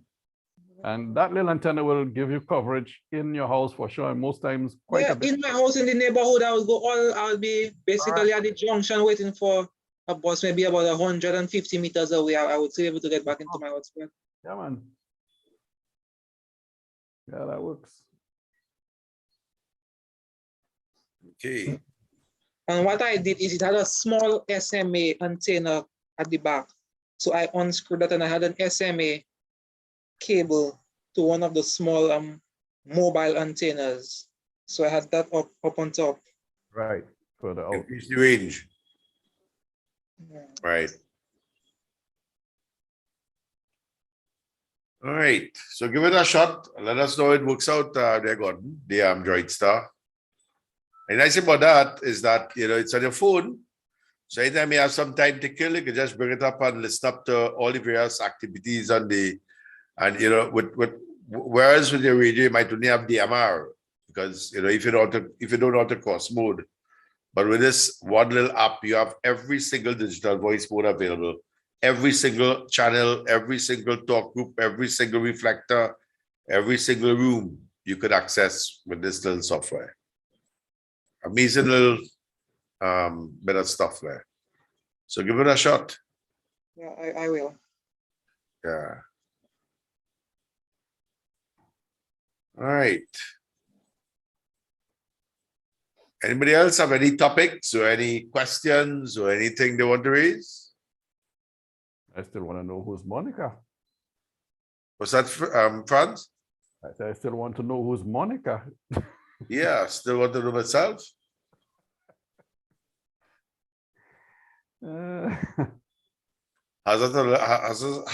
She has us at a little disadvantage. Definitely. I'd love to at least say something on the chat, Monica. Tell me where you're from. Oh, Monica she's connecting audio now. Okay, great. Excellent.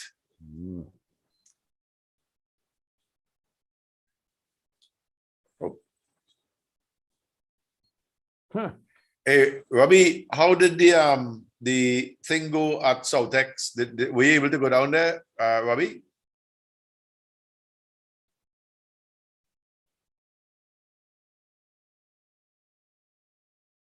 Right, Robbie stepped away from the I'll say that he probably step away. Yeah.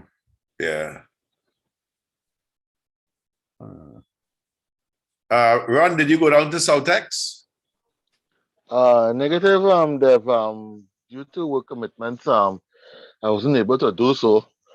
However, a member of my team, that is Carlton, 904 Hotel X-ray, he was very much involved in that, being part of the technical team there. Right. Definitely was a great help from what I was told, in terms of ensuring the communication modes that they were using and the nets that they run were able to come off. So he would have been there, particularly assisting with the amateur radio side of it, as well as with the commercial VHF and other modes as well too. All right. And from what I heard outside, that everything went off well there.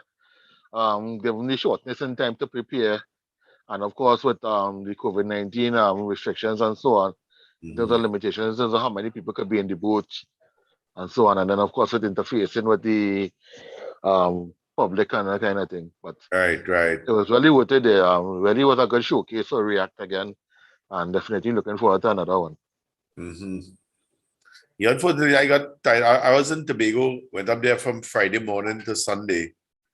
And before that, Olu Krishnan told me, he invited me to the opening, but I couldn't make it at all. I had some stuff that I had to finish off before I head off. So all I had was, according to my wife, she says, The road to hell is paved with good intentions. All I had was good intentions to go there on. But I couldn't make it. But I'm sure those kind of things I really, love to be around. All right. So we have Fabian, J69 Foxtrot Lima. Good evening, Fabian, and welcome. Hey, good evening, man. Well, I just came from an ambulance call here, so I missed the 8 o'clock opening. So I know I've missed a lot, and I just tried to sign in. I hope everybody can hear me okay. Still on the clock. It's about time. I've always said that amateur radio is something that needs to take advantage of all the technologies. I've honestly been waiting to see something like such a webinar come on stream. Happy to be here. So I'll be listening, and if I can contribute, I definitely will. And if you don't hear me at all, that means I'm out. Yeah? How's everybody in there? You okay there, Fabian? Yeah, thanks so much for coming up.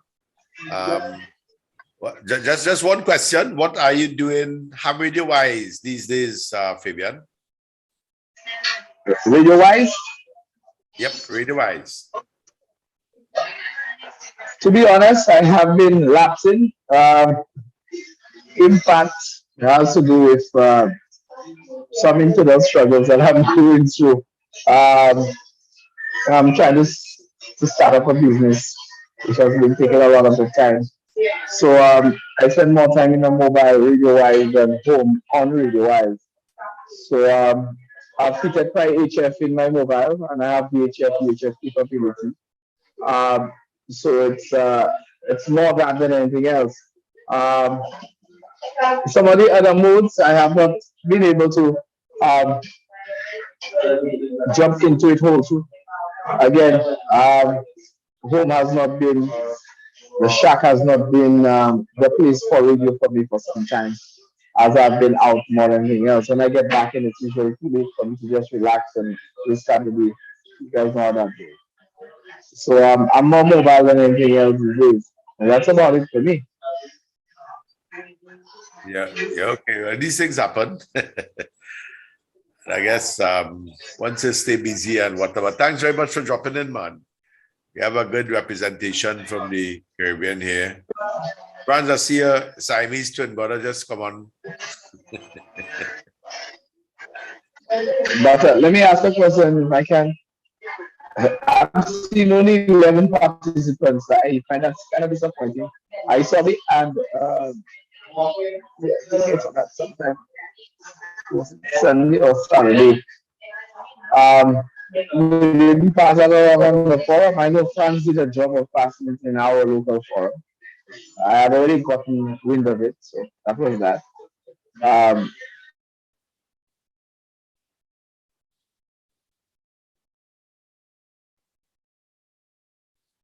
Right, I guess Fabian having some connectivity issues there.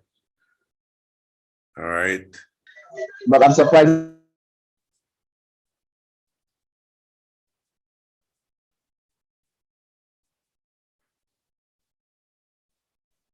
You're in and out, Fabian. Which antenna is that? You're looking at there, Franz? You muted.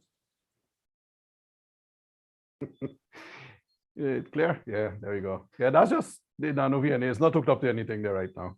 Oh. Last thing I measured with that was actually what I measured. I think it's the Yagi I measured with it last time. I realizing that camera just ain't wanna focus for me. It would. Which one? Yeah, sorry about that, guys. I got it. That's a nice look for you. Yeah, man. Toys. Yeah, you were cutting out. I'm not too sure. Yeah, I realized towards the end, I realized that I was on the people Wi-Fi. My data is a lot better, so let's look at that. It's been a while. I haven't heard you though. I tell you, it's been rough. I tried to make a few things work. getting good traction. But you know already when you're building up, it takes more of your time than anything else. Oh, yeah, no. Hopefully things can stabilize and I can get myself Right. where I need to be. I just ordered myself a set of Hustler weeks for mobile. Yeah, Hustler. So I just received them, so I'm looking to um, put them up. Hopefully, understand it in the long run. I can do that and get out a little bit more. I have a little bit of work to do on the USU 100. She's working pretty well now. So yeah, so that will definitely help my mobile for sure. Yeah, Yeah, good. Family good? Can't complain too much, you know already. The children are always the best. If the parents are struggling to make sure that they okay. That's right. That's part of the game. Good stuff. Good stuff. Yeah. I'm looking forward to the time when I can be like you know. And your point. That's a great place to be, man. Great place to be. What you asked for, you know. Yeah, but I know that. I ain't rushing to get there. I'm just saying. For sure. But I'm kind of disappointed. I was saying that I'm seeing 11 participants, um, and it's disappointing. I think I'm seeing only 3 of us. I don't know if more were in there before I get on, but I think I saw you, Roseman, and now myself. So yeah, no, there was John also for a little while. 9 Echo X-ray. Okay. Came in and he dropped out, and I've not seen him back, so I'm not too sure what happened. But still, if you even account 5, that's still a disappointment on my part. I would have thought that the club would have represented. I'm sorry, you know, I don't put water in my mouth. I left it. I don't know what it is. Well, let me tell you, it's painful to bite your tongue, you know. I know what it is, but by extension, though, I would have expected more throughout the region. I've always said that we need to take advantage of all technologies because these technologies here, amateur radio, as you guys well know the history, is the platform for testing and development of all what they're enjoying right now. So when they have commercialized them, it's only fair that we, as amateurs, find a way to use it back into the field. Correct. So you know. Yeah, I fully agree. Yeah, man. Back to you, Dev. So I'm sorry, I didn't really catch the topic. I know I'm jumping in. I'm jumping in late. No. It's actually this is just conversation. Whatever. I mean, we had many topics. We started off with weather satellites, and we went on to different modes of communication, digital voice communication, and a whole host of stuff. You know, so went to antennas. Rosemar was telling us about his double bazooka and everything ham radio. We spoke about. I missed out on that, man. Antennas is something that's dear to me, man. The experimental part of it is absolutely amazing. I've been experimenting with a series of traps. I've been doing some modification in some traps and some wire lines. And so far, I've been getting some decent results. I recently, a few months, bought myself a nano analyzer, one of those little analyzers that gives you a graph. So my intention is to try and see if I can do some publishing at some level, and I would have some pictures of what my radiation pattern looks like as I carry out my experiments. I did something where I tried to cross a G5RV type using 300 ohm and the 75 ohm, and then I created a series of traps with that. That's not too bad at all, but I'm having some difficulty on 80 meters. I suspect I may need to lengthen the 40 before I put the trap. So I have some experimenting to do. And maybe I'm trying to see if I can compile what I've in terms of documents. And maybe I can write a book of the results of the antennas that I'm experimenting with. There's a parabolic antenna that I have been trying to experiment with on 40 and on 2. So I've modified it slightly, and I'm going to see how I can get it to function near the 100% efficiency. So there's a lot of good in the antenna arena. I've been trying to do a lot. One of the difficulties is to get a body across to give you some kind of a gauge. Um, my experimental times are usually 3 o'clock in the morning when I get home and I have loose energy. By that time, the guys are either DXing and they're trying to hear any kind of test going on, or they're horizontal looking to get up in the morning. So, my habits have been off the charts of late. That really has put me in a very bad place. But the struggle is real, and I expect to see results eventually when things stabilize. So that's where I'm at with the hobby. Um, I'm sorry to say, but I think I might function a little better as a lone wolf because of some of the things that have been going on. But having a buddy makes it all the easier, especially during the experimental phase. Yeah, I rather have a local that I can experiment with. Give me the reading before I try with the X. True. Yeah.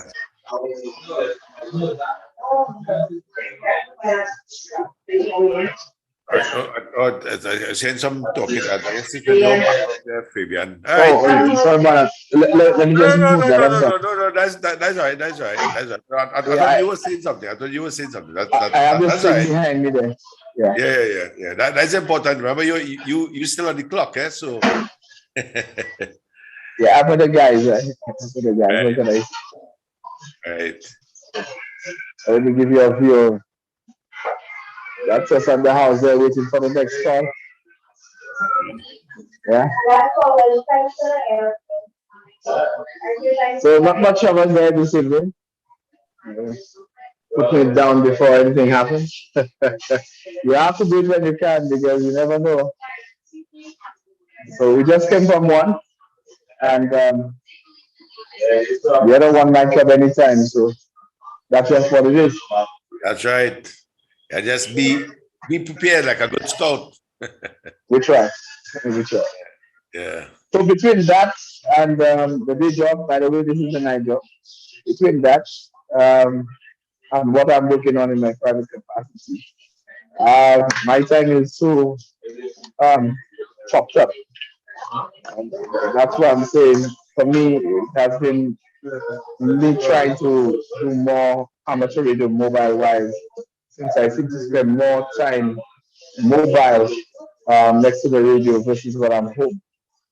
So that's why I'm trying to make sure the station in the mobile is up to some kind of scratch, then at least when I jump in, Well, I can. let me ask you. Let me ask you the same question. Let me ask you the same question. Fabian had asked Gordon a little while earlier. Have you been involved in any form of digital voice communication? No, that's what I'm saying. Because I haven't been home, I haven't really had the experimental time. Um, but it is something that definitely we used to get involved in. France has been one of the people on the ground, just 6 9 years, people on the ground here in St. Lucia that has really paved the way and opened doors for those of us that are wanting to jump that direction. I used to be a little more into all of that and when I had a little more time, but you guys know how life seems to come and grab you by the balls. So I haven't done much of it, although I recently I recently purchased a packet station. I'm itching to put it up. I still want to get back into pocket. The applications for emergency work um, are still endless. So I haven't given up on packet as yet. There's a few things that I am trying to put together, experiment, and for me to see if I can bring it home into the emergency field. So I recently got myself an AT&T. Um, I need to try some stuff because the biomedical arena could be a lot cheaper if we go amateur radio way. I believe that. So I'm trying some things, trying to marry the whole medical with amateur radio. So no, I haven't been very deep into the digital All right, let me give you. as a result of Let me attempt to offer you a very cheap and simple solution for digital, at least without spending a single cent or a dime. What type of device do you have? Android or iPhone? Man, I'm Android. I believe in universality, man. Android all the way. Yeah, good call. All right, there's a software. Go to the Play Store and download DroidStar, DRIDSTR. DroidStar. DroidStar, yes, DroidStar. That you not have to speak. With that simple app, you will be able to get almost every digital voice mode free of charge, and you can do it by the time you finish. Have your dinner. You can be on without spending a cent, and you would have a tremendous amount of fun with it. DroidStar, you say? Droid, DRIDSTR. That's correct. Okay. And when they want to get in DMR, Franz will tell them DMR ID and so on. So I have that already, man. Hey. Oh, man, you got to go, man. Yeah, man. I bought my digital radio. I have a pair actually, and I was looking to get myself a mobile. Yeah, this DroidStar app. You know, there are several digital voice modes. There's D-Star, there's DMR, there's YSF, NXDN, P25, M17. And this one app on your phone will give you access to every single one of those modes. So good stuff. Try it out. You have nothing to lose. No, not at all. Nothing at all. Yeah, certainly. You know.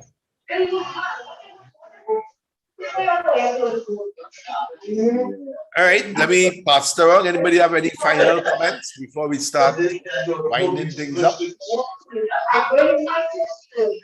me pass it to you, Irv. I was just chatting with Gordon there too. I was saying that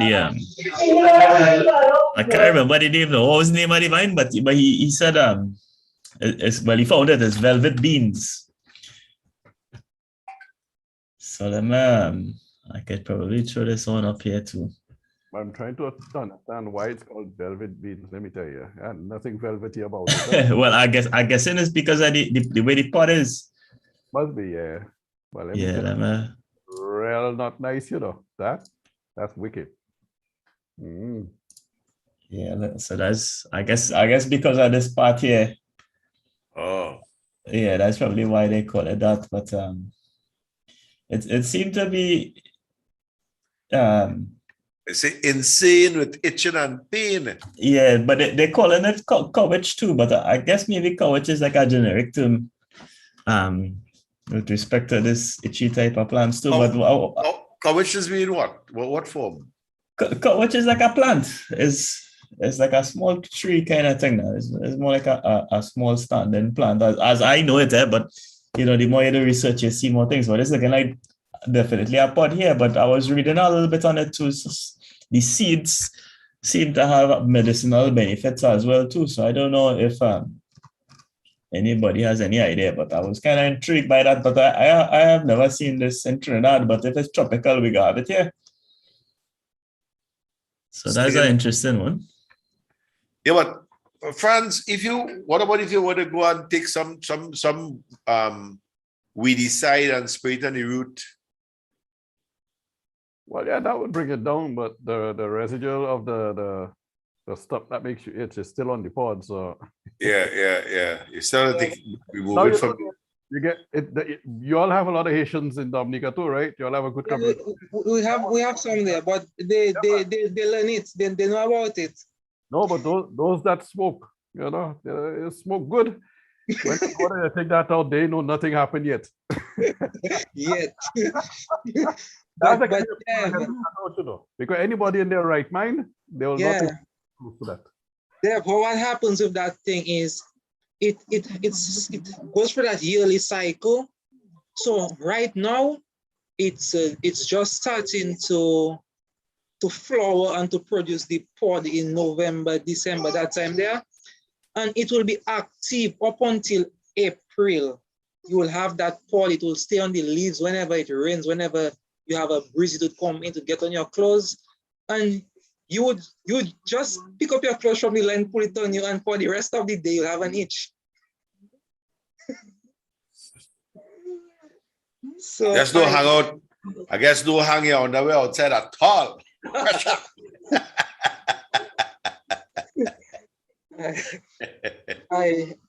They say it might have medicinal purposes. I don't know. Maybe it's to prove whether or not you have feelings if you're suffering from a stroke or something like that. But apart from that.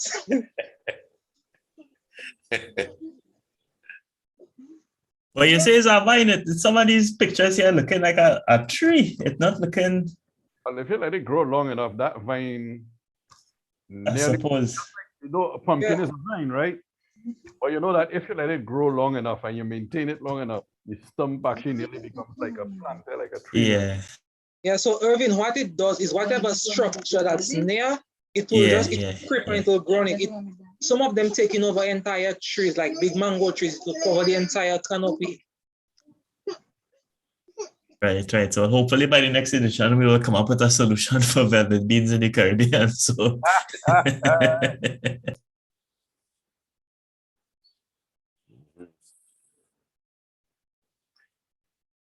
right. Yeah, I don't know if anybody have anything else to add there. I don't know if Robbie had anything, or if he's around still, if he wanted to state anything. Well, I'll just pass it on for a final comment. Yeah. Right, so let me start with you, Irv.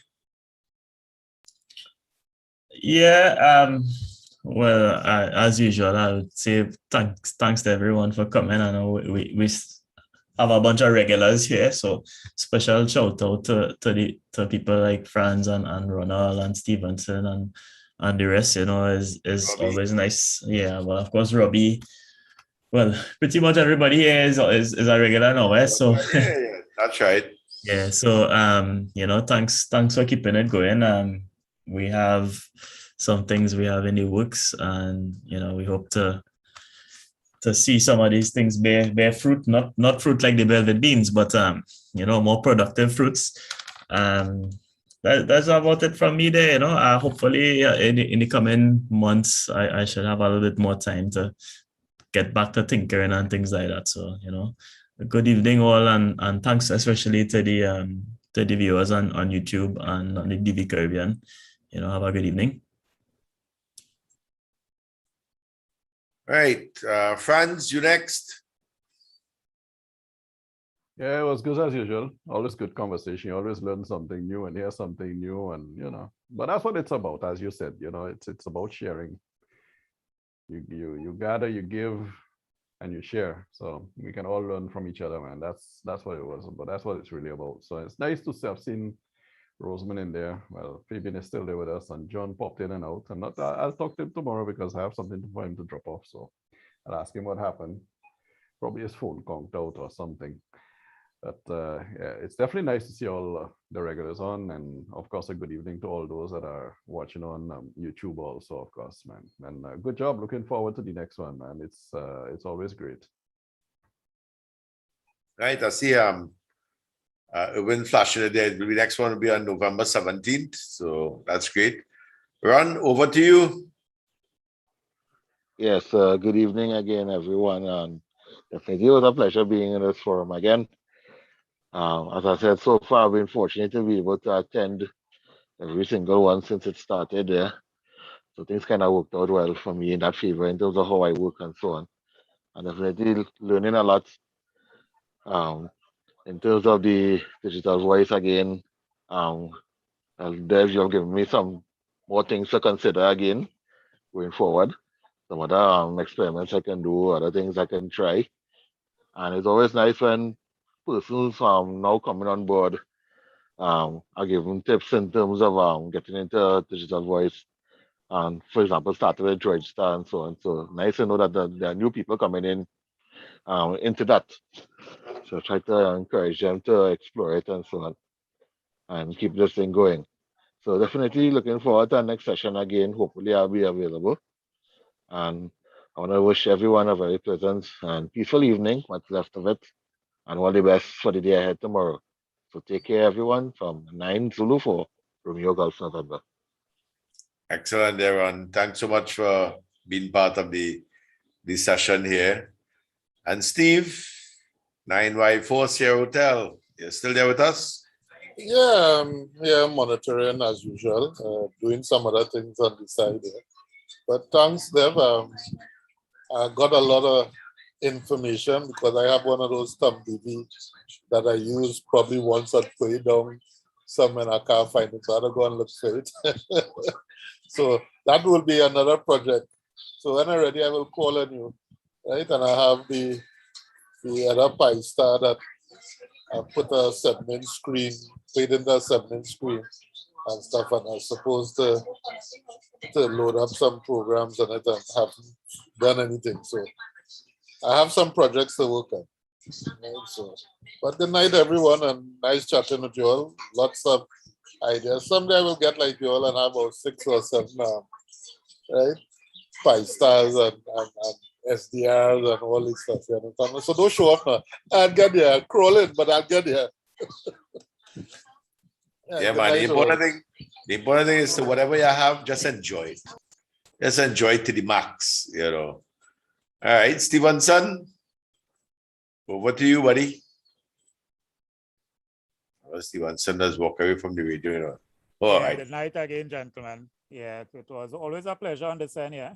And a pleasure to see each and everyone showed up tonight again.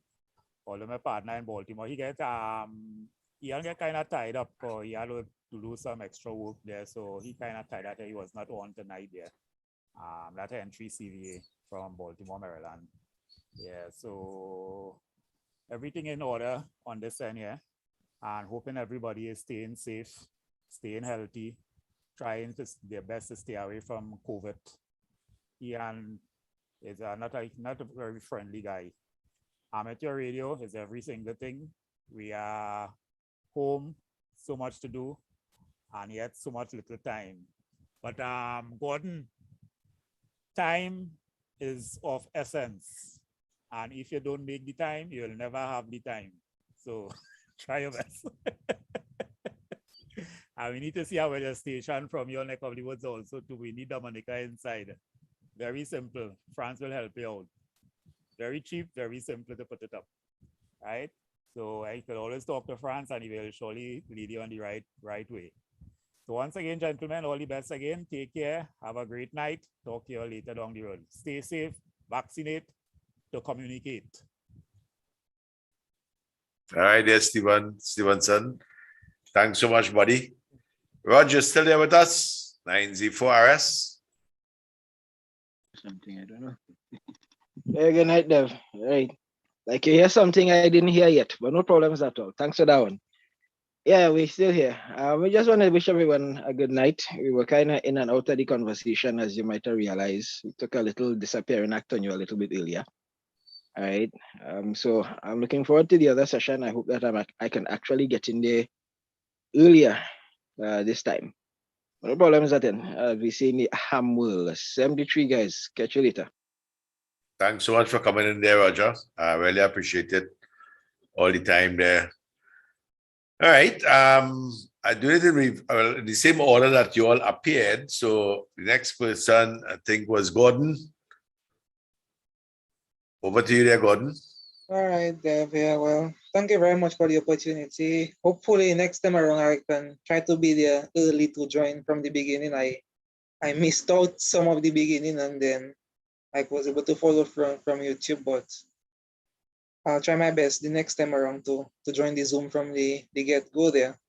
It's a nice discussion, good information. So looking forward to the next one. Thanks very much there, Gordon. And actually, Irvin is ticking the next session will be on the 17th of November. So you could pencil it in the calendar. All right, Robbie, good evening. And any final comments? Nothing further really. Just to wish everyone all the best. Take good care. Don't know if everyone here experiences or suffers from Saharan dust, but looking at it there, it's one of the things that it's difficult when you look up in the sky to tell whether it's clouds or sometimes the Saharan air layer. So that's one of the things I've been trying to monitor for a while. And seeing a very close correlation not only to wheezing and sniffing and sneezing. And we have a little soaker here from Kes.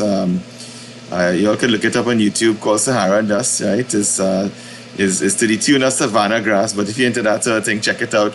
But why it's relevant to amateur radio is somehow or the other tropospheric scatterducting seems to be highly correlated to that Saharan air layer and that temperature inversion that comes with it.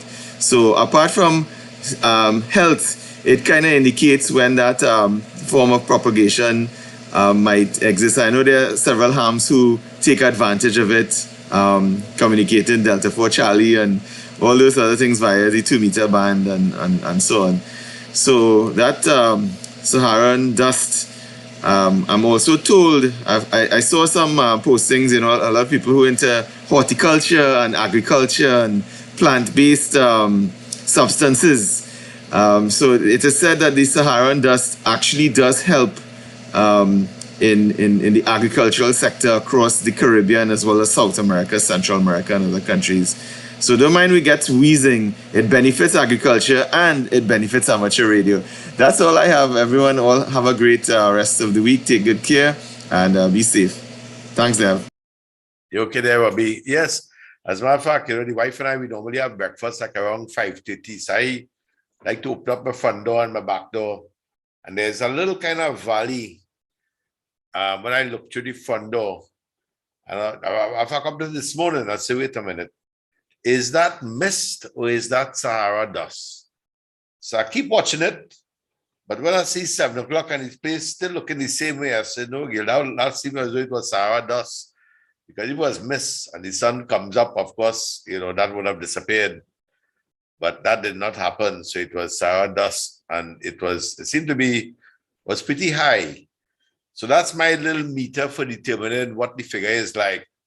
What I have to do is correlate that that visual experience with the numbers that you have on your dashboard there.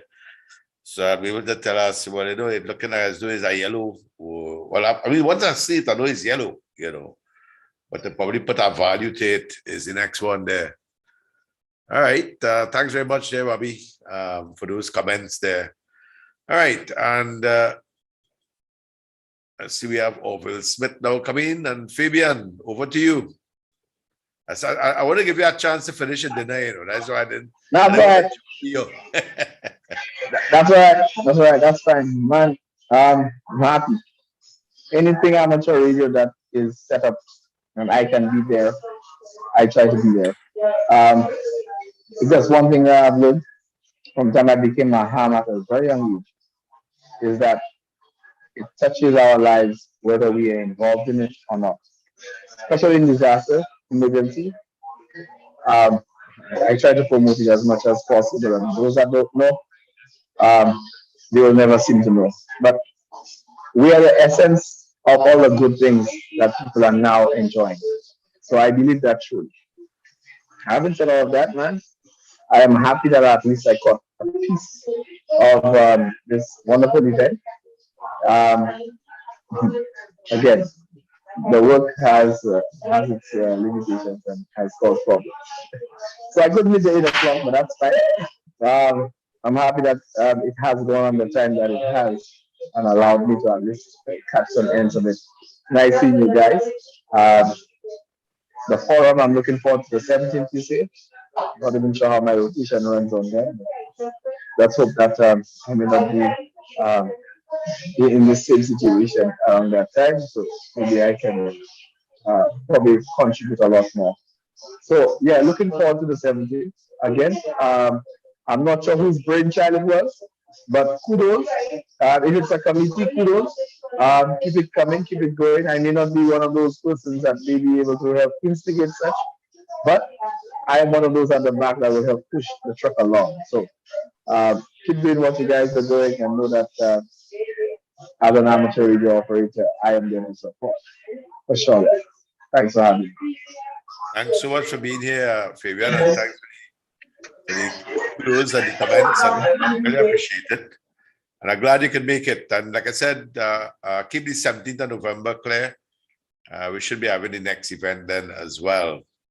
And we have Orville, 9 Zulu 4 Oscar Sierra. Good evening, Orville, and welcome. Orville, you there with us?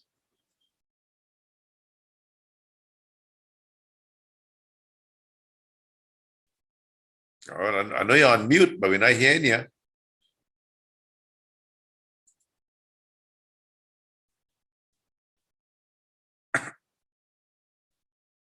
Orville, are you hearing us? Are you there with us?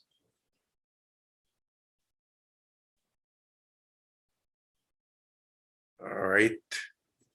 No audio there, Orville. We're just about wrapping things up.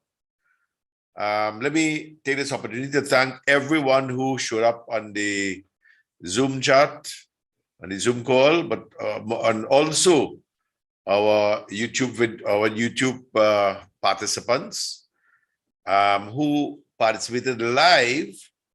And I know there are many of you all who will be joining us post-event, taking in the event, afterwards. And according to the coordinator, Irvin, who is the rep for the South region, he has just posted up that the other session will be on November 17th.